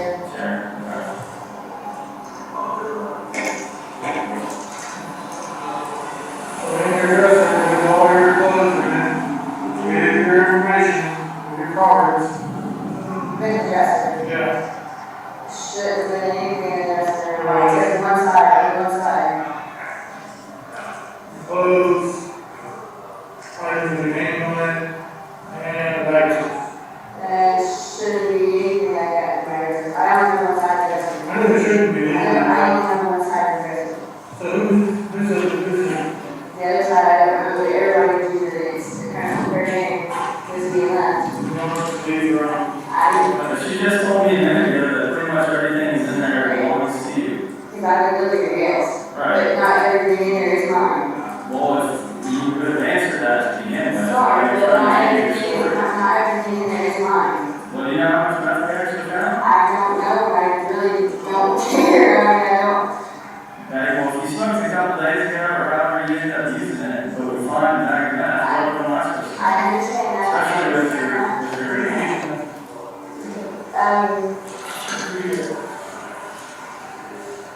whoever had the internet, I don't know.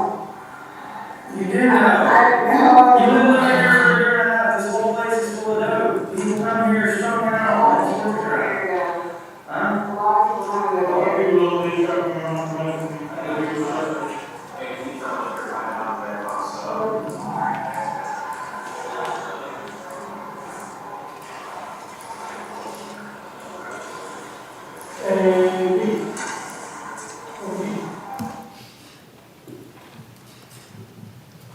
Are you trained in interviewing subjects? Yes. What training do you receive? Received numerous trainings. Specifically, I've done advanced interview and interrogations, which is about a 40-hour course, and then I've done read techniques, which is also, it's a private company, and basically it's just mastering the body language of people that you're interviewing to obtain confessions. So I've just been trained on those. Okay. Can you walk us through how that interview went?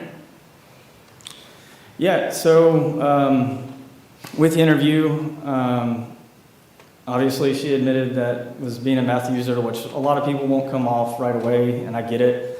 There's a lot going on. So I coupled that. She kind of changed her story a little bit as far as, everything in there belongs to you and your husband, who is currently incarcerated. While there were two other guys in there, there's no indication that somebody put that bag of meth inside the drawer of the dresser. And as well as she had specifically mentioned it was on the left side, or she only had one side of it, and I believe the meth was found on the left side of it, so it was on one particular side. So just based on my training experience, I felt that based on that, I was sensing some sort of deception from her, just based on that interview and coupled with everything.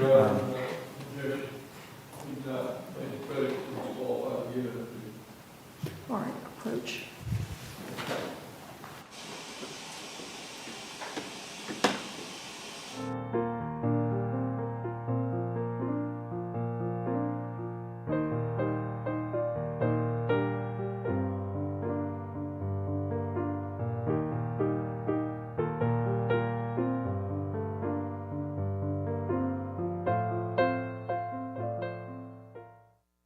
Congratulations, Crestview's very own Dixie Dan Powell of Powell Injury Law, for your recent jury verdict of $11.5 million for your client from a death and injury against an inflatable amusement company.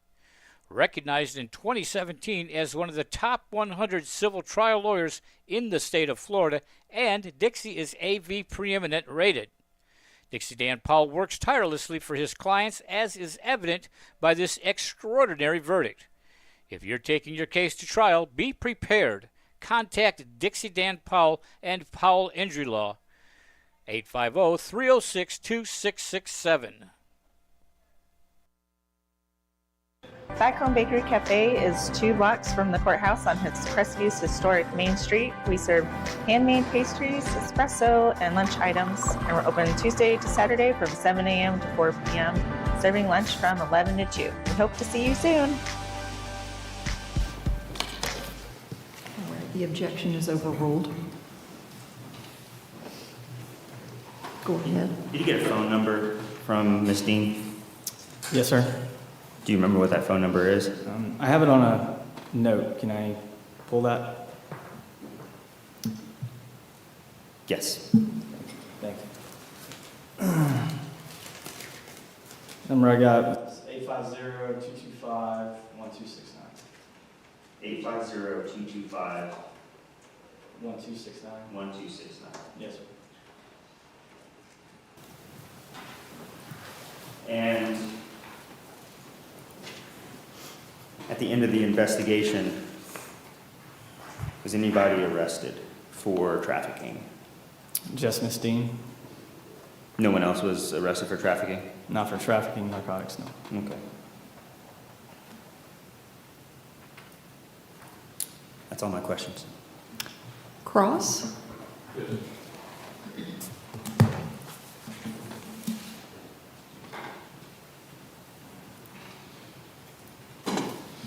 So, Investigator McFall, did you recover the narcotics that was ultimately used in this case to charge Ms. Dean? I did not. Okay. Do you know who found those narcotics? It was a couple different people. Okay. At the time that I guess at the time of the search warrant, in the backyard RV, did you see who was in that RV? I did not personally see them, no, sir. I believe she said that there was a guy named Jonathan Hodge in the chair, and she also said that Matthew Strunk was also there. Do you have any reason to disbelieve that that's true? No. The SRT guys, they're the ones who got them, so they told me that's where they were. Okay. Or during interviews. And did anybody say that there was any other people besides those 3 people in that back RV? No, sir. Okay.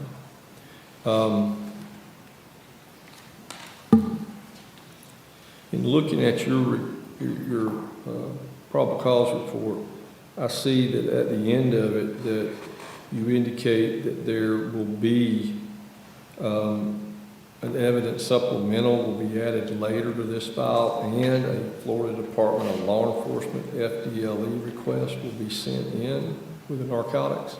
Yeah, that seems accurate. What is it? What exactly is a Florida Department of Law Enforcement FDLE request? So Florida Department of Law Enforcement has a laboratory that we send, whether it's in this case it's narcotics, to where they actually test it, and they will actually pull the exact amount. So everything that we get is a presumptive positive, which gives us probable cause to make the arrest, and then it solidifies it once you send it to the lab, and then they come back with the results. Okay. Were you the person whose job it was to send whatever was found to the lab and ask them to do whatever to it? I believe I deferred that to Kristen Genrick. Okay.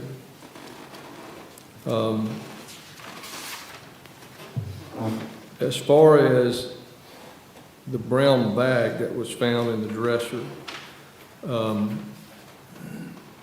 did anybody at any point ask for prints, fingerprints? Not to my knowledge, sir. Okay.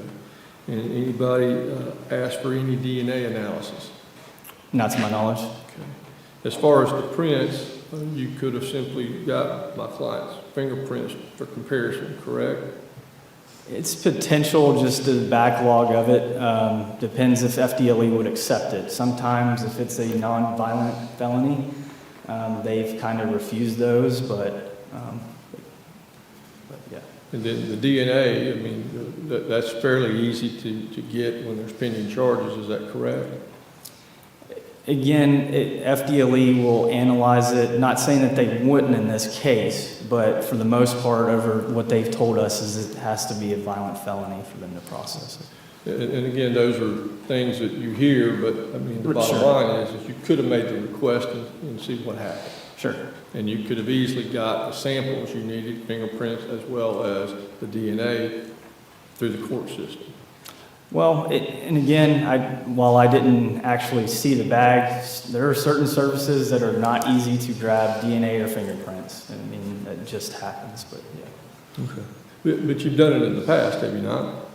Not specifically for this type of case, no. Okay. So some cases just are more important than others? It just all depends. Okay. But as far as, did my client have anything in her actual possession at the time of this deal going down? No, sir. Illegal drugs? No, sir, not in her possession. And Mr. Shrunk or Mr. Hodge could have easily put the items in that dresser drawer that were ultimately found. I mean, it's possible, but based on the interview, it seemed that that would have, an opportunity would have came about to say, hey, by the way, so-and-so put this in my dresser, but that didn't happen. But how many search warrants have you participated in? I don't have an exact number, but several. A bunch? Yes, sir.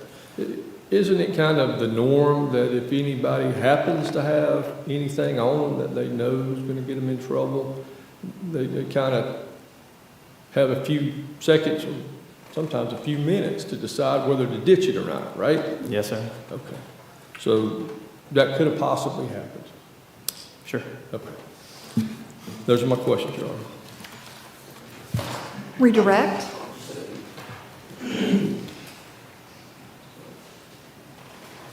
The search warrant was conducted at 34 9th Avenue, Shalimar, Florida. Is that in Okaloosa County, Florida? Yes, sir. Okay. As far as I heard defense counsel says it's easy to get DNA. Do you know if it's easy to get DNA? Like I told the counsel, it really depends on the surface. A lot of times as an investigator, typically we'd have our CSI folks do it. I'm capable of doing it, but it doesn't mean I would extract DNA that's testable to send to the lab.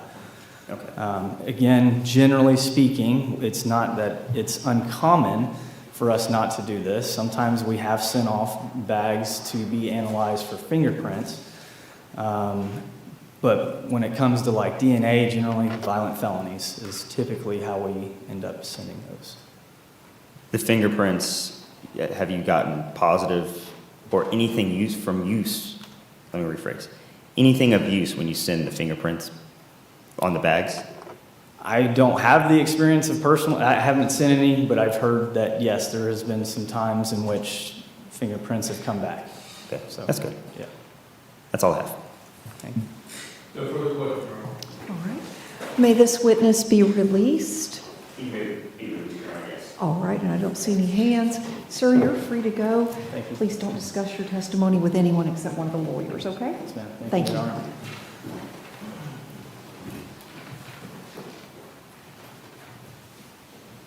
All right, your next witness. State call investigator Paxton Show. Thank you.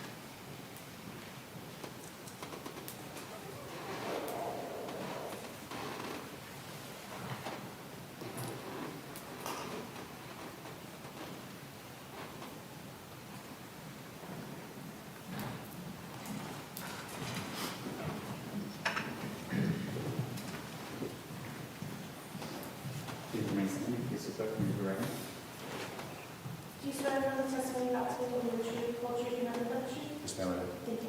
Just have a seat right there. Yes, sir. All right, Mr. Sprouse, when you're ready, you may inquire.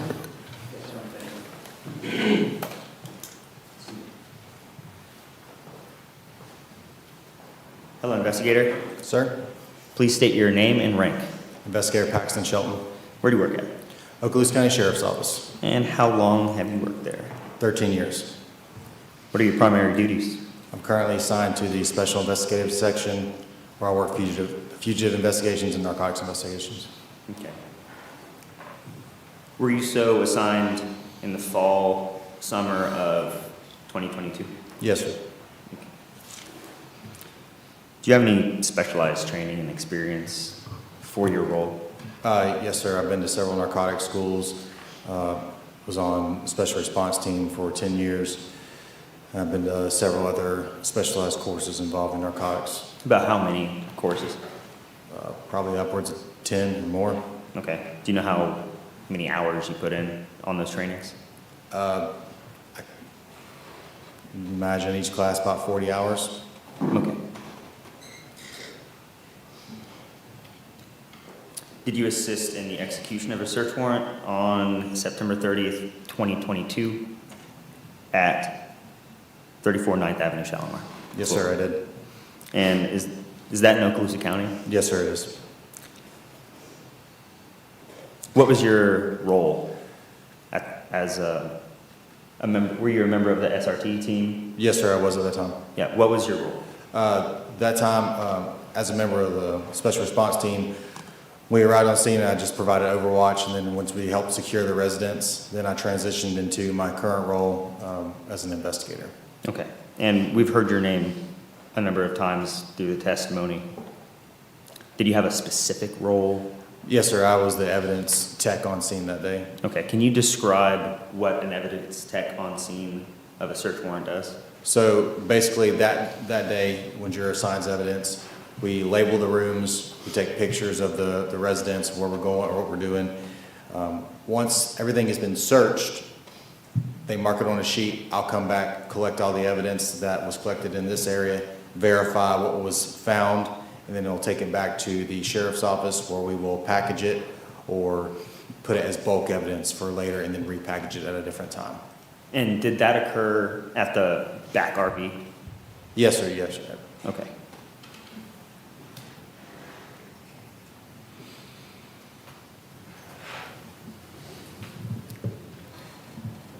May I grab evidence, Your Honor?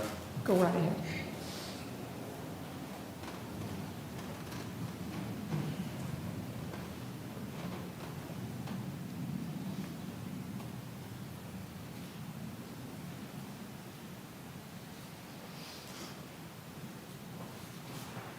I'm showing what's marked as states 8, 9, and 10 to the defense counsel.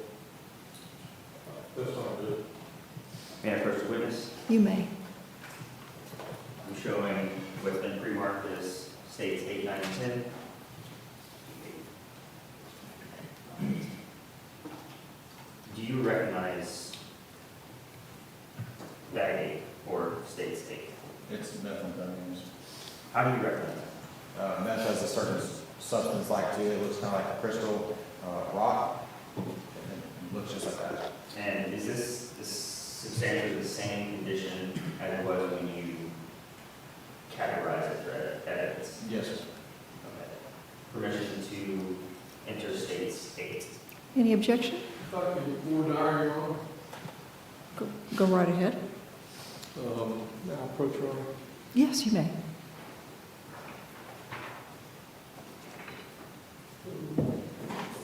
This is a correct statement, yes, sir. In regards to the state's exhibit 8, can you tell me, does it show what agency exhibit it was marked as? Agency exhibit 2. Okay. Thank you. No further questions, Your Honor. All right, do you object to State's Exhibit 8? I do not, Your Honor. All right, Exhibit 8 is admitted. Permission to publish? Go right ahead.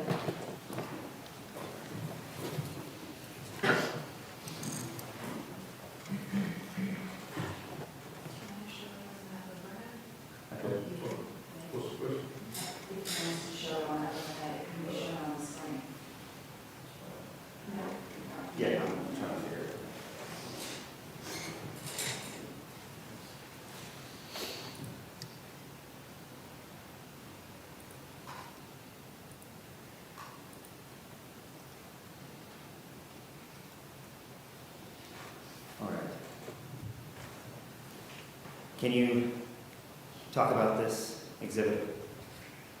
So, what is this called? A methamphetamine, sir. Okay. Is there any other names for it?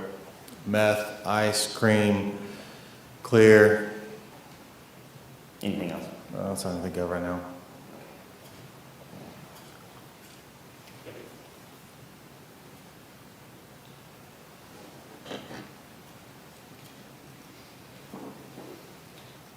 Now I'm going to show the witness what previously been marked states 9. What is this? Meth. Yeah. This is also methamphetamine. Okay, and how do you know that? It's the same substance, it's just crushed up a little bit more. It's also, we field tested it for meth. And is this in the same, or substantially the same condition as it was when you categorized it? Yes, sir. Okay. Permission to enter states exhibit 9. Any objection? I just want to ask one question before we are. Sure. Could you tell us what agency number that is doing It's going to be exhibit 4. this? That's one question I have, no objection. Exhibit 9 for the state is admitted. Permission to publish. Go right ahead.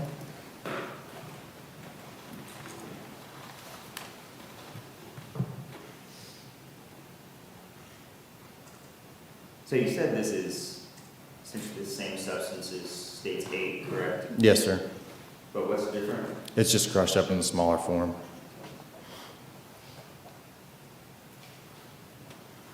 And what's a sticker on the back? What's that? Yeah, what's that? I guess it was just another sticker that the evidence processing people put on that. It's not a sticker that I personally put on there. Okay.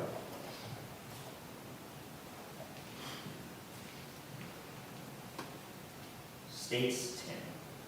What is that? And it's also going to be methamphetamine, sir. And how many? It's the same substance as that as well.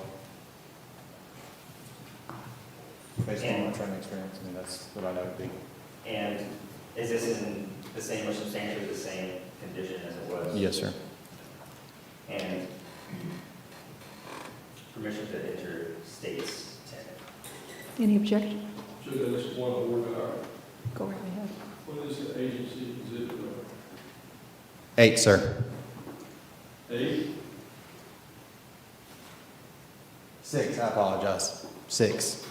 Kind of got me real excited there for a second. Oh, sorry. Thank you. Got further questions? Do you object? No, ma'am.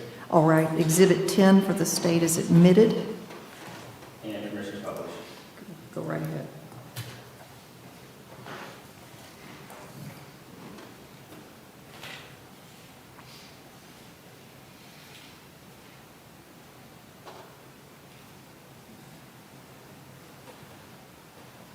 Same as last one. Yes, sir. Okay. And all of this was located in the defendant's RV, correct? Yes, sir.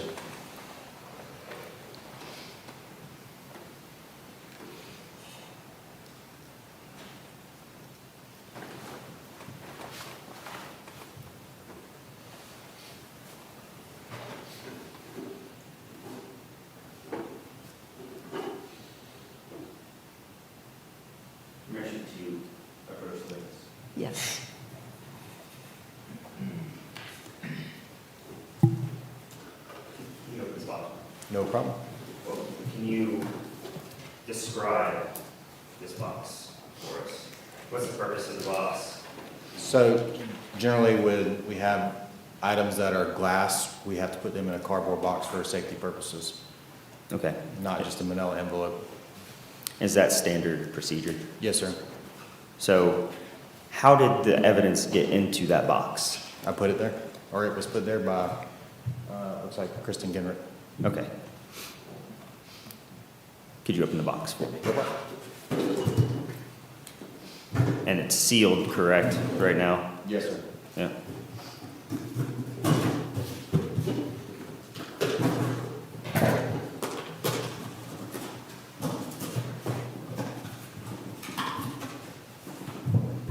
All right. You like your instructions in the box? Yeah. Yes, of course. Could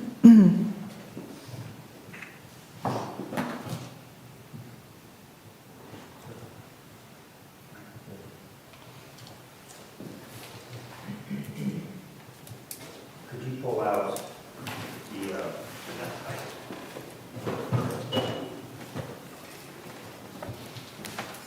well, can you describe what that is?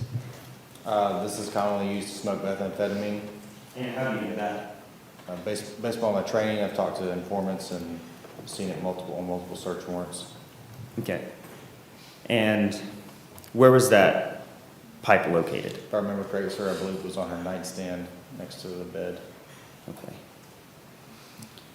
Your Honor, permission to admit States 11. Okay. States 11 is admitted.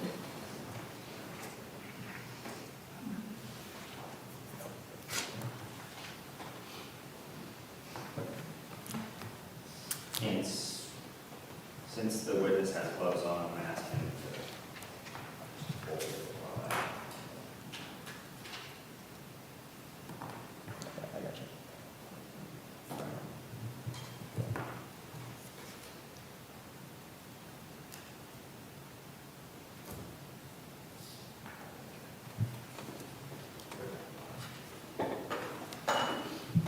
What else is in that box? There's appears to be a black digital scale.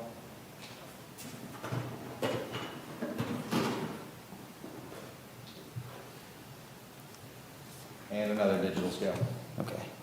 You can put it back in the box, thanks.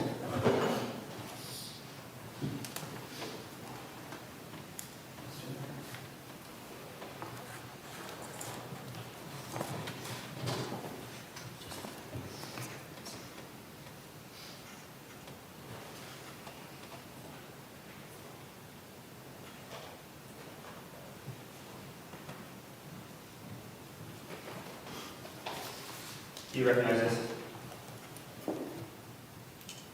Yes, sir. How do you recognize it? It's evidence that was collected. And where was it collected from? Do you know? I do not recall, sir. Can you, what's in the manila envelope? Looks like an Apple cell phone. And did you collect the phone? Yes, sir. Okay, and you placed it in evidence? I placed it in bulk evidence, yes, sir. Okay. Permission to enter States 11 into evidence? Any States objection? 12. Any objection?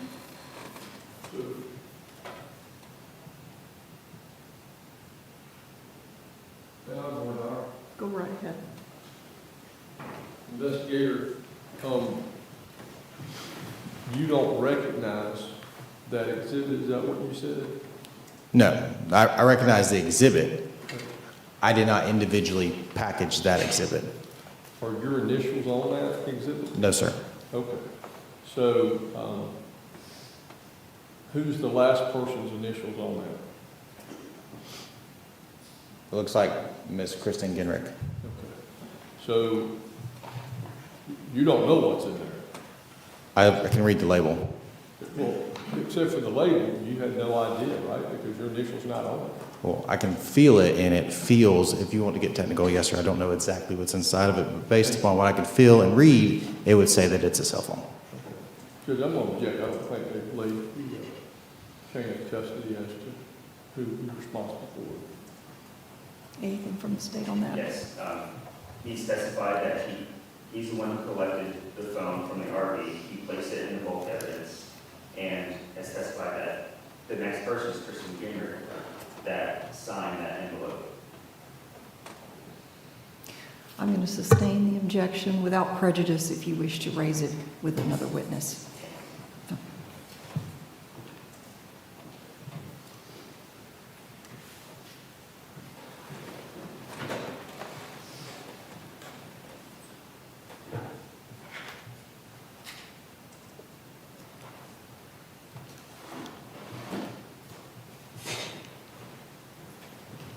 Do you recognize this?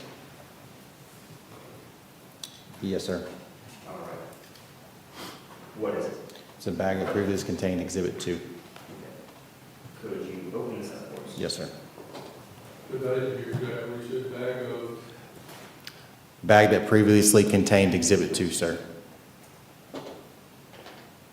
the bags that contain those exhibits. Yes, sir. Thank you. Good.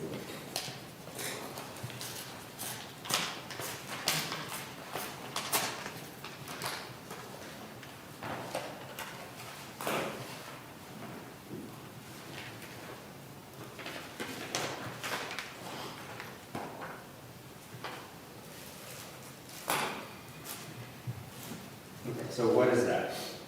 It's a plastic bag, sir. It's got a little bit of meth residue left inside of it. Okay.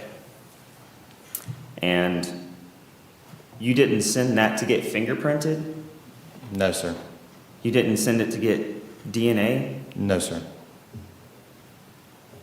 Why not? From what I understand, FDLE will only do it for violent crimes, and it's not going to be possible to get fingerprints off of this, from what my understanding. Okay. Permission to introduce states 12. No objection. 12? It's 12 because Okay, the phone didn't get introduced yet. all right. So is that 12? No, if 12 is marked for identification purposes, that is 13. So the witness is holding State's Exhibit 13. Is there any objection to 13? No objection, 13 is admitted.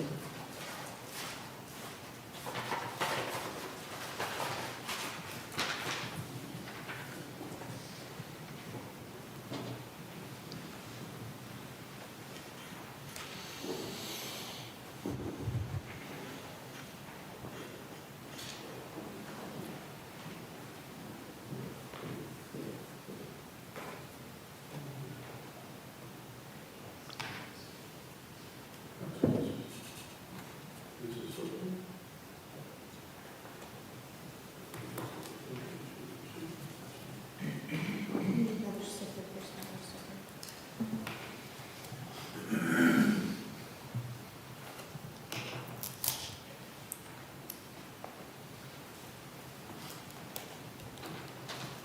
Do you recognize this?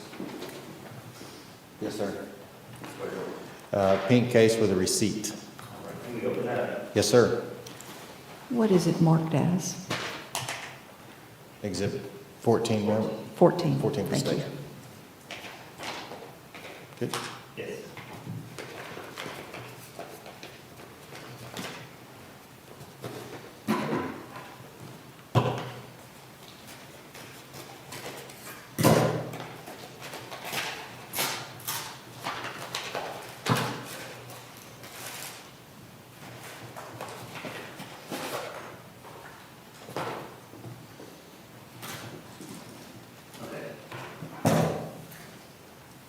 Now, what is this? This is just a little, looks like an earphone bag, and then a receipt, a Walmart receipt. And do you know where those are located? I believe they were located in the RV, sir. Permission to enter states and deposit 14 into evidence. No objection. 14 is admitted for the state. And permission to publish. Go right ahead.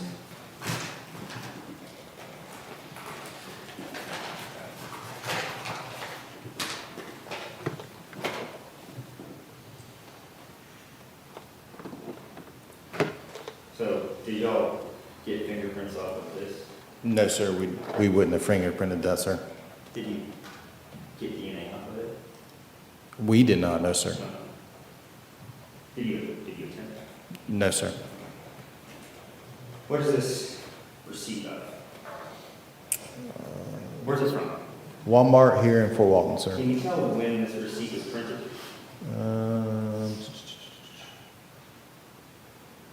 Found the date on there. Yeah, 9/29 of 2022 at 19:36 hours.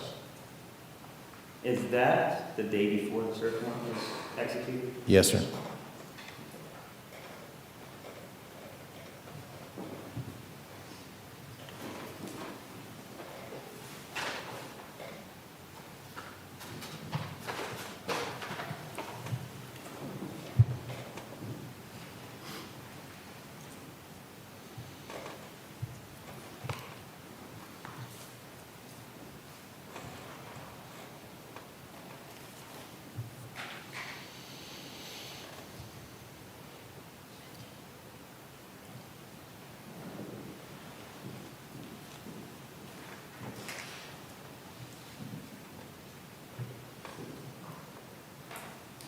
Commissioner Kirk, Yes. I'm showing the witness states 15. Okay. Use that what that is? Black digital scale. Bill tested positive for methamphetamine. Can you open that up for me?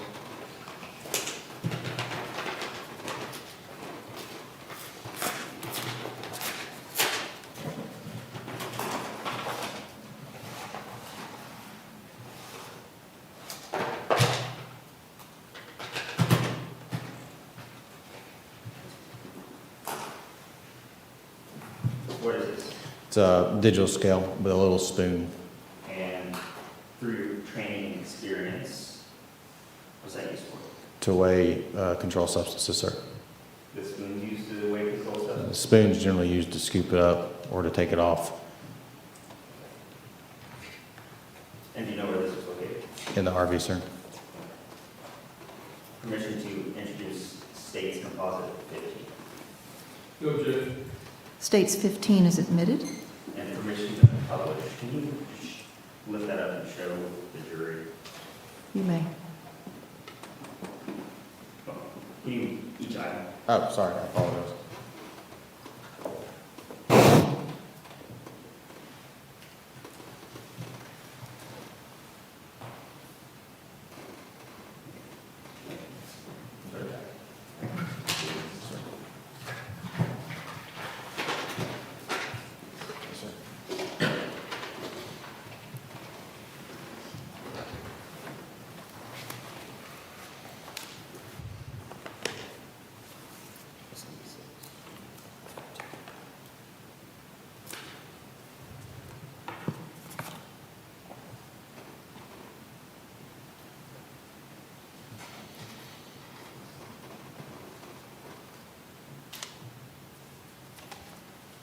How many people were at this residence?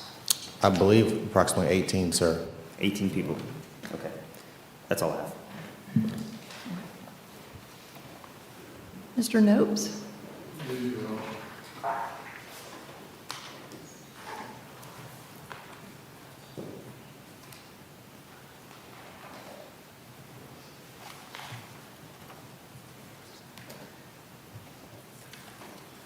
So, officer, as it pertains to that black digital scales, no one looked at it to try to lift any prints. Is that a fair statement? Yes, sir, that's correct. Okay. And no one attempted to get any DNA evidence off of it. Would that also be correct? Yes, sir, that'd be correct. It seems to me, would you not agree that the black scale is big enough that if somebody touched it, there should have been some form of print on it? That's not my area of expertise, sir. That's an FDLE thing. And I understand that, but how long have you been involved in what you do? 13 years, sir. 13 years? Yes, sir. I mean, would that not be a helpful tool? That'd be a great tool, sir. Okay. But for whatever reason, FDLE, I guess, which is an agent of the state as well, decides that it's just not going to be available? Yes, sir, as far as the way I understand it, yes, sir. Okay. But they do at other times use fingerprint evidence, do they Yes, not? sir, for violent crimes, yes, sir. And they also use, at other times, DNA evidence. Yes, sir. Okay. They just tell you guys, we're not going to do it. Yes, sir. Okay. As far as whatever the case was in number 14 and that receipt, same question. There more likely than not was some form of a fingerprint on either of those objects. Highly possible, yes, sir. Okay. As well as the receipt, you think? Highly possible, yes, sir. Okay. And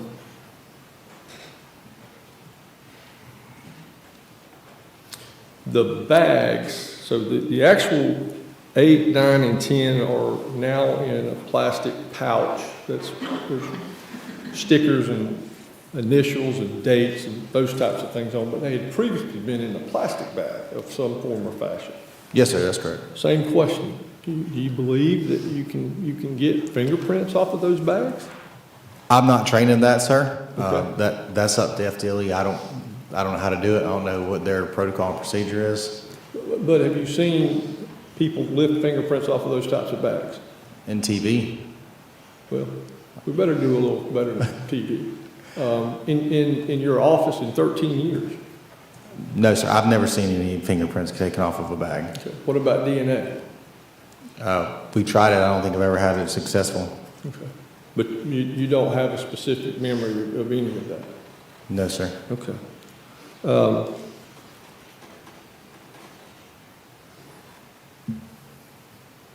What about the glass smoking device?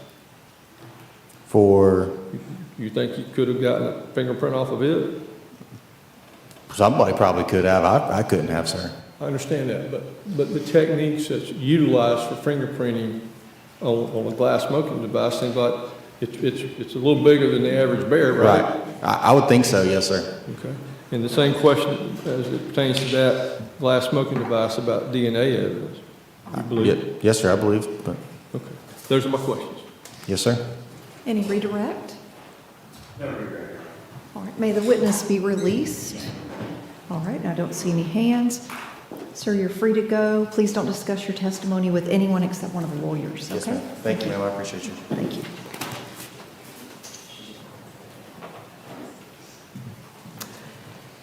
All right, it's 11:48, and I don't know how long your next witness will be.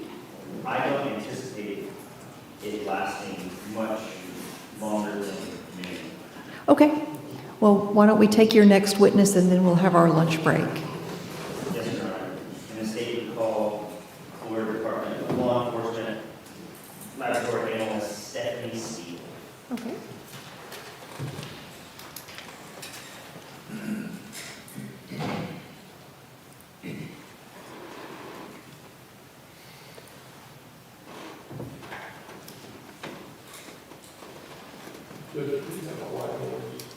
Yes, of course.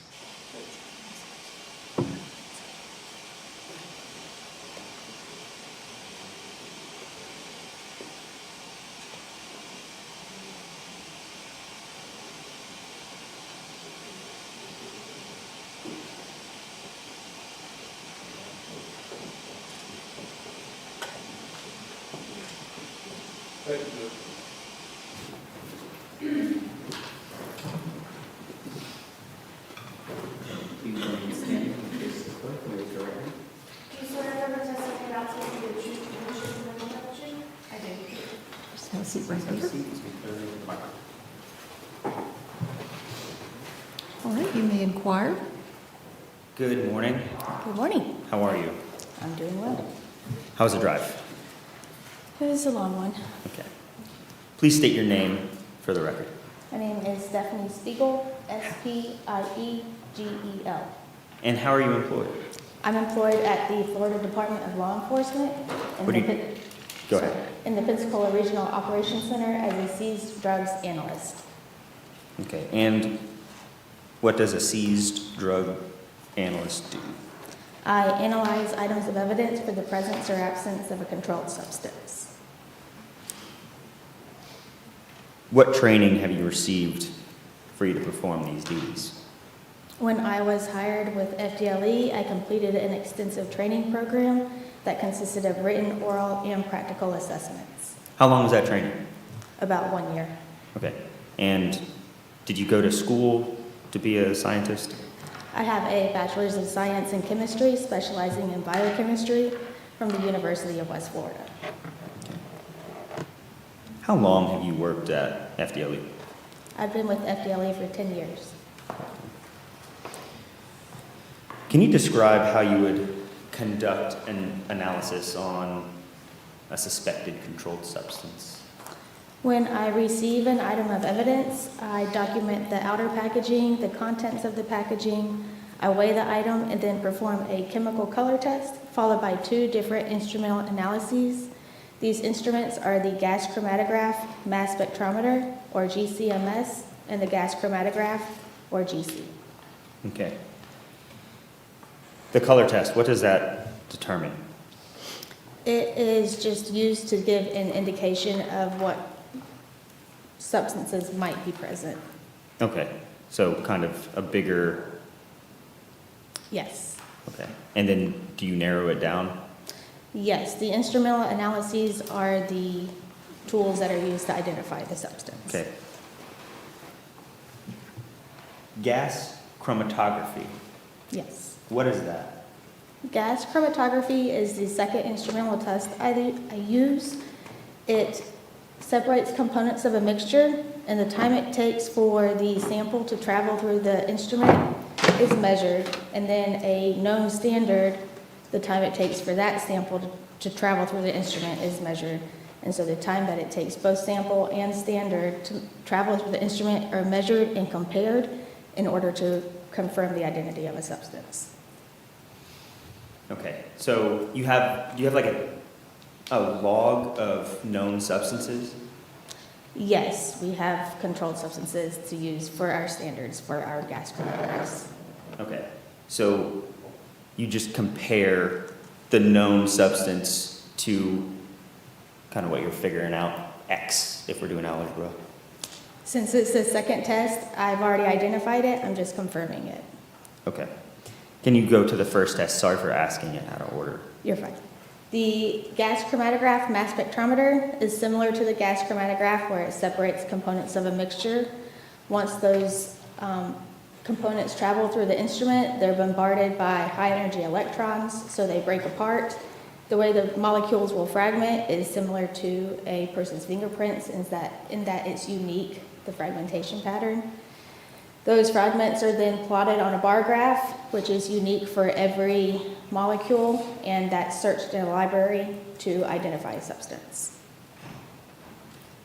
Okay, so when you do this test, what are you looking at? I am looking at a graph that has peaks in it, and I am looking at those peaks to try to see if there are any controlled substances present. If there are, I search the library, or if there are any peaks present, I will search the library to see if there are any controlled substances present. Okay. And did you receive suspected controlled substances to analyze in state of Florida against versus Alicia Dean? I did. Okay. May I approach Madam Clerk? Yes.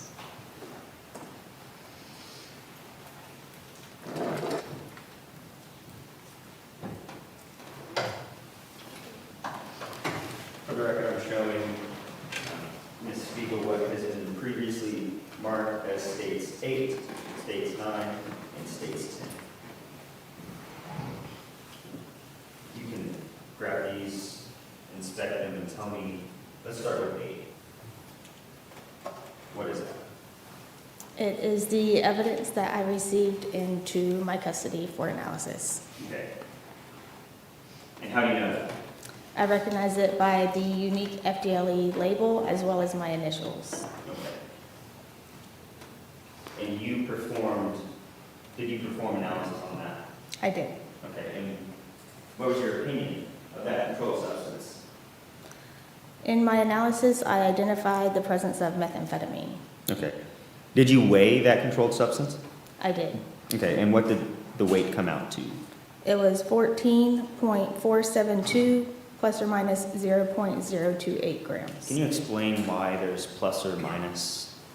It is a measure of uncertainty because any type of measurement doesn't have a 100% degree of certainty, so there is an estimated measurement uncertainty factored into that. What could throw off a measurement, and what are the factors that go into that? Variability, so the way the balance is used, the balance that is used, vibrations, air drafts, there's a number of things that go into that category. What about temperature? Yes. Humidity? Yes. Okay. Let's go to states 9. How do you recognize that? Or do you recognize that? I do. And how? By the unique FDLE barcode as well as my initials on the packaging. Okay. And just like the previous one, did you do an analysis on that? I did. And what was your opinion? In my analysis, I identified the presence of methamphetamine. Okay. And did you weigh that as well? I did. Can you tell me what that bag weighs? The contents of the bag was 11.954 plus or minus 0.028 grams. Okay. And let's go to the states 10. What is that? It is crystalline substance that was submitted to the lab. Okay, and did you run an analysis on that? I did. What's your opinion of that substance? For this, I identified the presence of methamphetamine. Okay, and did you weigh that bag? I weighed the contents, yes. Okay. Did you create a report? I did. Okay.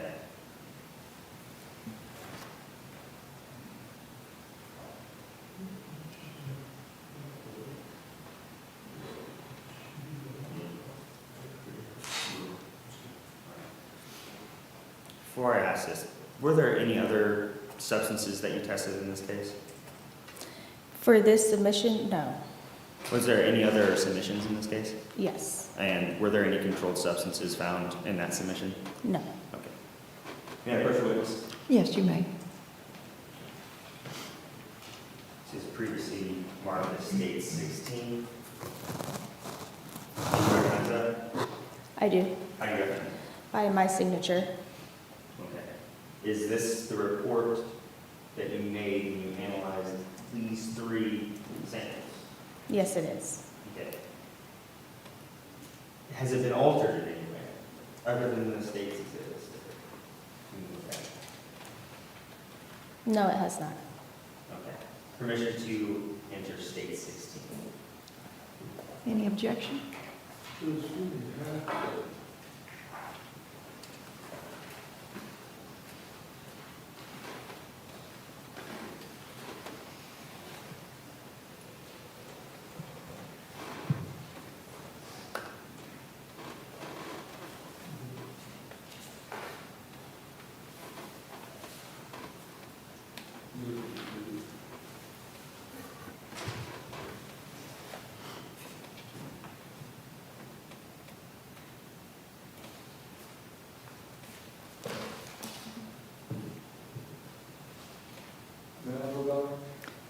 Yes. Yes. When looking at this document,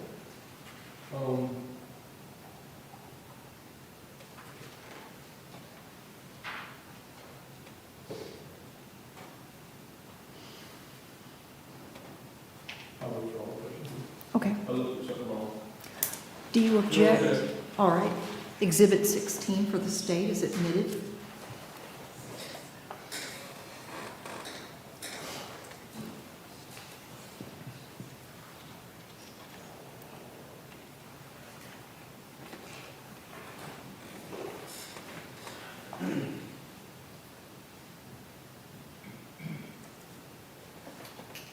Exhibit 16 is admitted.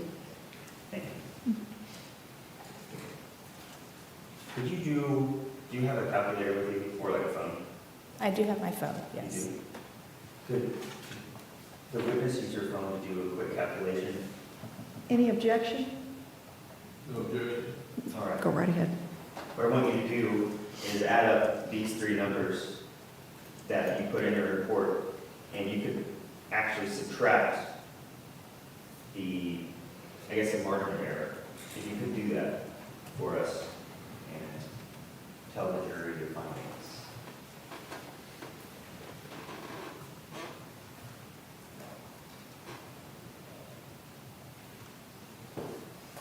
Okay. So 14.472 plus 11.954 plus 3.524 minus the uncertainty of 0.028 on all 3 of those comes to 29.866 grams. And is methamphetamine a controlled substance under Florida statutes? Yes, it is. And that's what this is, right? That's what I identified. All right. 28 grams, is there a conversion for that? Is there a larger, is that an ounce? Approximately 1 ounce. Permission to publish date 16, Your Honor? No objection. Go right ahead.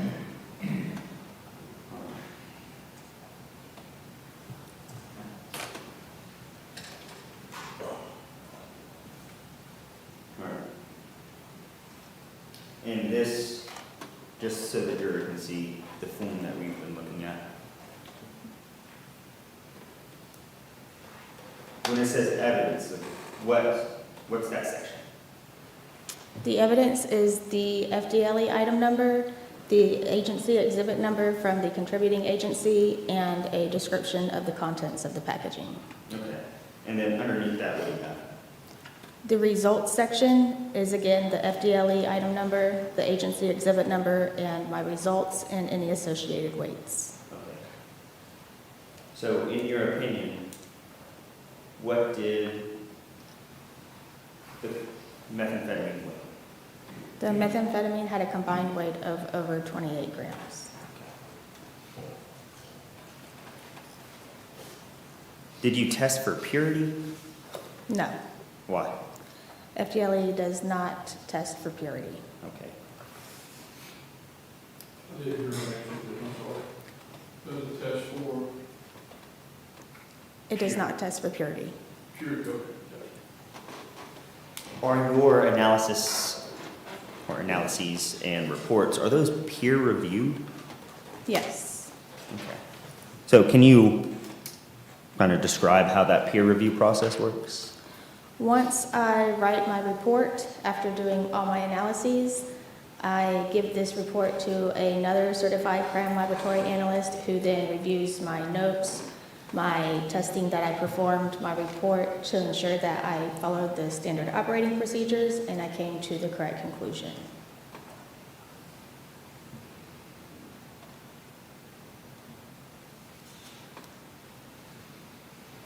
Is your laboratory certified? Not your laboratory, FDLE's laboratory certified? FDLE is accredited. Okay. And what's the accreditation consist of? The accreditation is by the American National Standards Institute National Accreditation Board, where FDLE is observed, and we prove that we meet certain criteria in order to produce a quality product. Are the instruments that you use, are those calibrated at all? They are quality controlled every week. Every week? Is that what you said? Yes.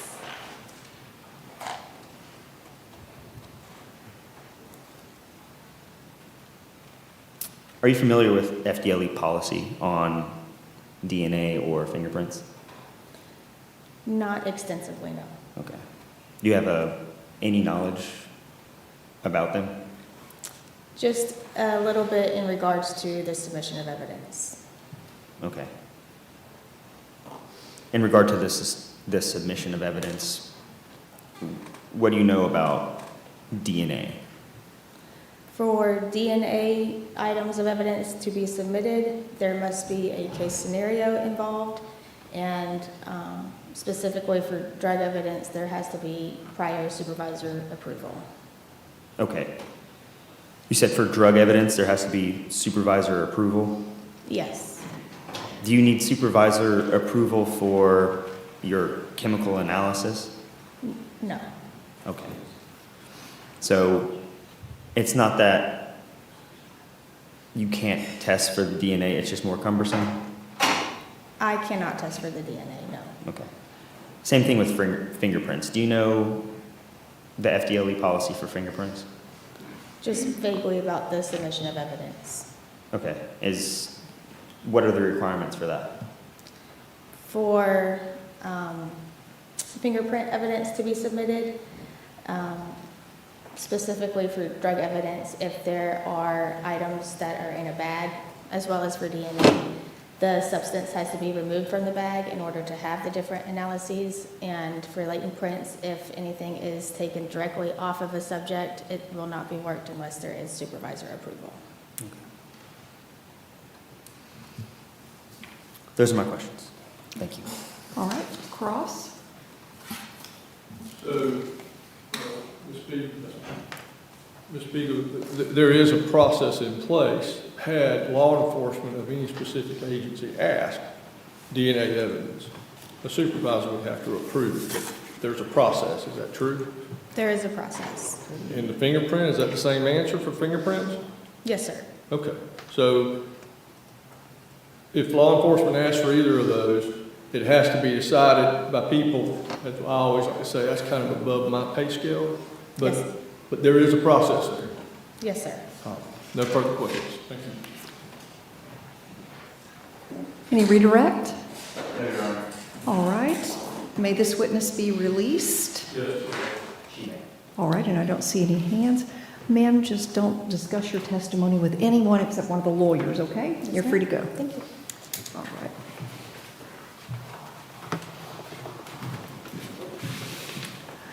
It is now 12:07.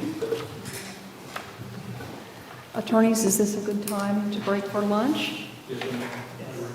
All right, so we're going to take our lunch break now, and let me confer with the attorneys regarding the pacing of the afternoon to tell you when to be back.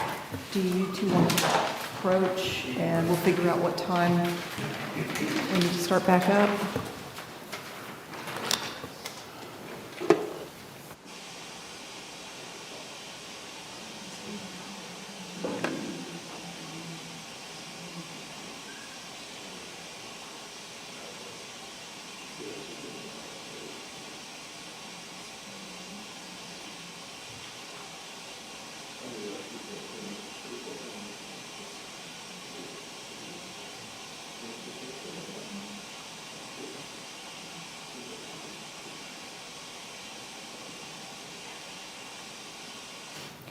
Ladies and gentlemen, if you could be back no later than 1:15. We'd like to start up again if we possibly can at 1:15. I know that doesn't give you a lot of time, but we're trying to stay on track. So we are going to be in recess until 1:15.